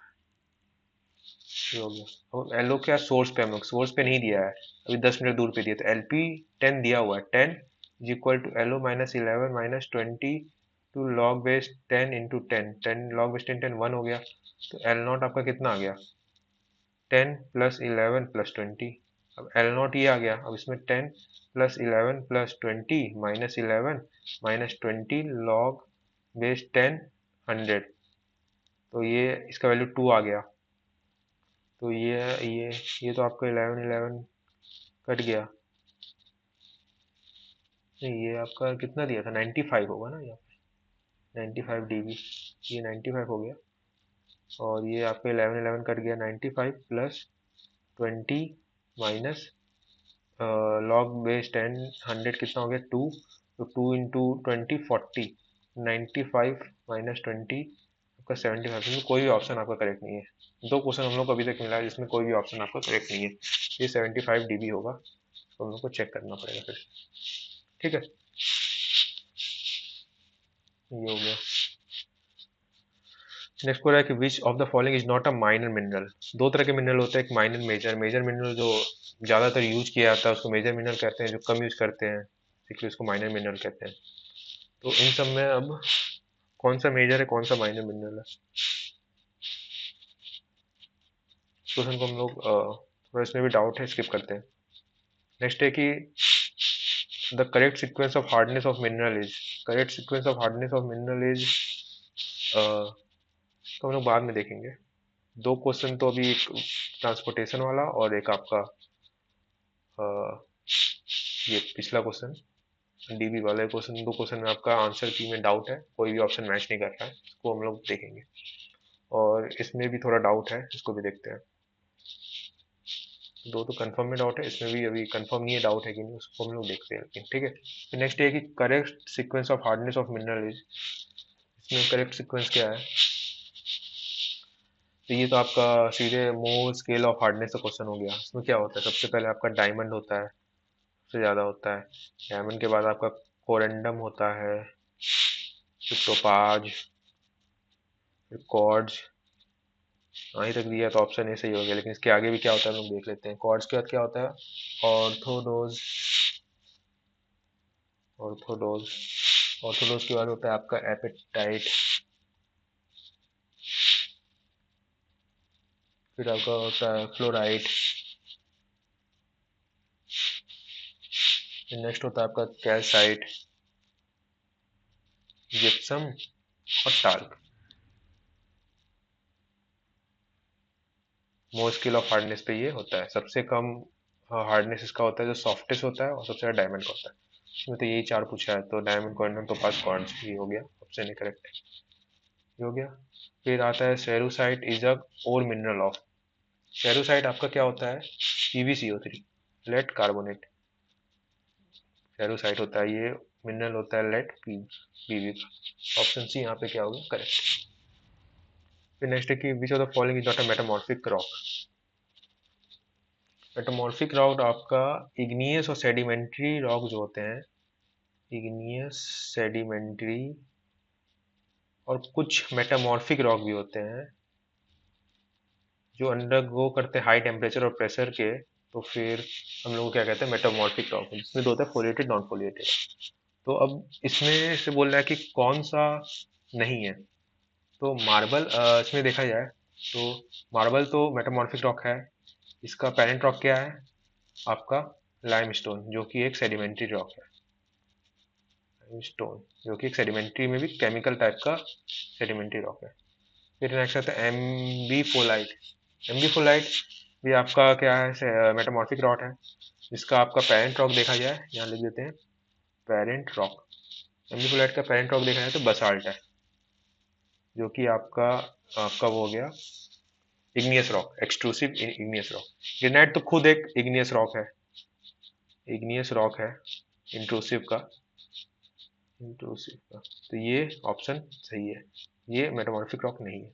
पाइलाइट तो आपको पता है कि स्लेट से ये बनता है खुद, स्लेट जो कि खुद एक इग्नियस रॉक है, और ये स्लेट आपका बनता है सैंडस्टोन या सेल से, सेल या फिर सैंडस्टोन से। सेल या सैंडस्टोन से स्लेट बनता है, और स्लेट से आपका बनता है पाइलाइट। तो ये भी, ये तीनों आपका इग्नियस रॉक है, ग्रेनाइट आपका नहीं है इग्नियस रॉक। ठीक है। फिर नेक्स्ट आता है आपका, which of the following is not अ,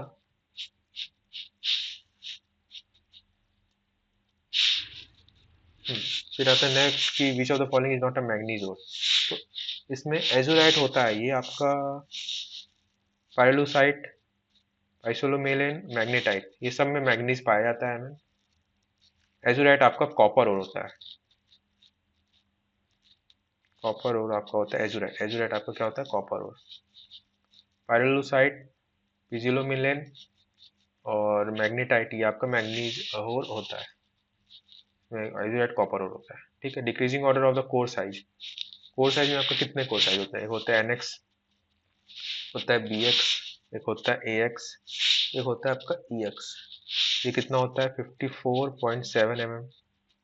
ये आपका होता है 42 mm। ये होता है 30.1 mm। ये होता है 21.5 mm। साइज होता है एनएक्स, कोर साइज होता है ना। हम लोग जो डायमंड को डीलिंग करते हैं उससे जो कोर मिलता है उसका हम लोग साइज जो रखते हैं, एनएक्स साइज ये हो गया, बीएक्स साइज ये हो गया, एएक्स ये हो गया, ईएक्स ये हो गया। तो इसको हम लोग फर्दर टेस्टिंग करते हैं। तो decreasing order of core size सबसे बड़ा क्या हो गया, एनएक्स, फिर बीएक्स, फिर एएक्स, फिर ईएक्स। तो ऑप्शन डी यहाँ पे करेक्ट हो गया। ठीक है, ऑप्शन डी यहाँ पे आपका करेक्ट हो गया, ये हो गया। फिर नेक्स्ट क्वेश्चन आपका क्या कह रहा है कि डाइल्यूशन का ये क्वेश्चन है। इसमें कह रहा है कि in situ ore of 1.2% copper got diluted with the waste rock WST 0.2% copper. If the resultant extracted ore has the 1.0% of the copper, the percentage of dilution, percentage of dilution कितना होगा। तो हम लोग मान लेते हैं कि जो इंसिटू रॉक है वो TI है, जो वेस्ट रॉक है वो TW है। ठीक है। इसमें हम लोग क्या करते हैं, अब हम लोग को जो फाइनल और मिलेगा उसका हम लोग वो निकालते हैं कि उसमें और परसेंटेज कितना होगा। तो 1.2 into TI plus TW into 0.2 divide bye TI plus TW। तो ये इसके, तो ये फाइनल जो कह रहा है वो है, आया है 1%। रिजल्टेंट एक्सट्रैक्टेड और हैज 1%, ये 1 के बराबर हो गया। इसके यहाँ से हम लोग के TI और उसमें रिलेशन मिल जाएगा। तो TI प्लस TW, TI हो गया वो इन सीटू, वो TI हो गया, वेस्ट रॉक ये हो गया। TI का 1.2% कॉपर इतना है, प्लस TW में 0.2 है। अब इसको एवरेज कर दिया गया, जो हम लोग को फाइनल वो मिला, डाइल्यूशन मिला, और उसका हम लोग पाया गया कि 1% है। तो वो इसके हम इक्वेट कर दिए, TI plus TW equal to 1.2 TI plus 0.2 TW। तो यहाँ से ये इधर जाएगा, तो 0.2 TI बराबर 0.8 TW। तो TI इक्वल टू 4 TW, ये रिलेशन आ गया। अब डाइल्यूशन हम लोग करते हैं। डाइल्यूशन क्या होता है, कितना वेस्ट रॉक है, TW divide by TI plus TW। तो TI की जगह हम लोग क्या लिख सकते हैं, 4 time of TW, TW divide by TI 4 time of TW plus TW। तो ये कितना हो गया, 1/5 इंटू 100 कर देंगे, यहाँ से आपका क्या 20% का डाइल्यूशन। तो ऑप्शन डी यहाँ पे आपका करेक्ट हो गया। ठीक है, ऑप्शन डी यहाँ पे आपका करेक्ट हो गया।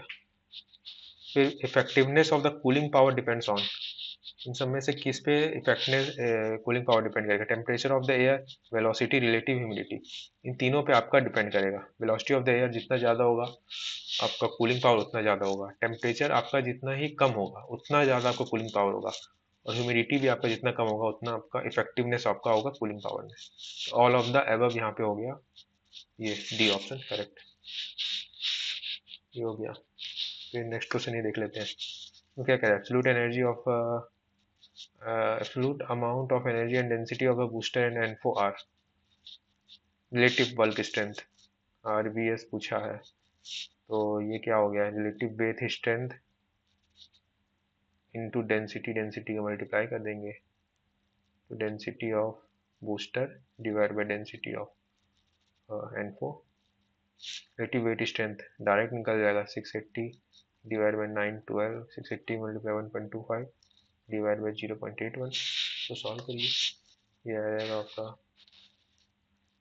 कितना आएगा? तो सॉल्व करिए,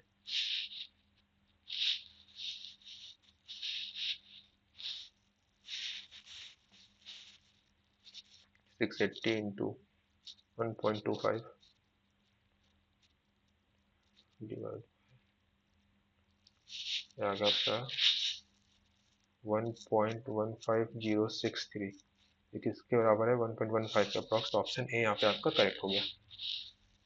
ठीक है, नेक्स्ट आपका क्वेश्चन आता है कि slope stability radar is used in open cast mine for. Slope stability की बात जहाँ आती है वहाँ हम लोग डिस्प्लेसमेंट मेजर करते हैं,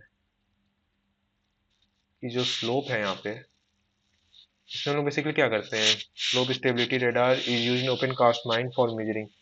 इसमें हम लोग रेडार लगाते हैं जिसकी मदद से हम लोग हर टाइम पे डिस्प्लेसमेंट मेजर करते हैं। मतलब एक टाइम पे कुछ फोटो लेंगे, फिर बाद में लेंगे, और हर टाइम पे कितना डिस्प्लेसमेंट हुआ है वो मेजर करते हैं। उससे हम लोग स्लोप स्टेबिलिटी पता करते हैं कि कितना स्टेबल है। अगर मूवमेंट ज़्यादा है तो कम स्टेबल है, मूवमेंट कम है तो ज़्यादा स्टेबल है।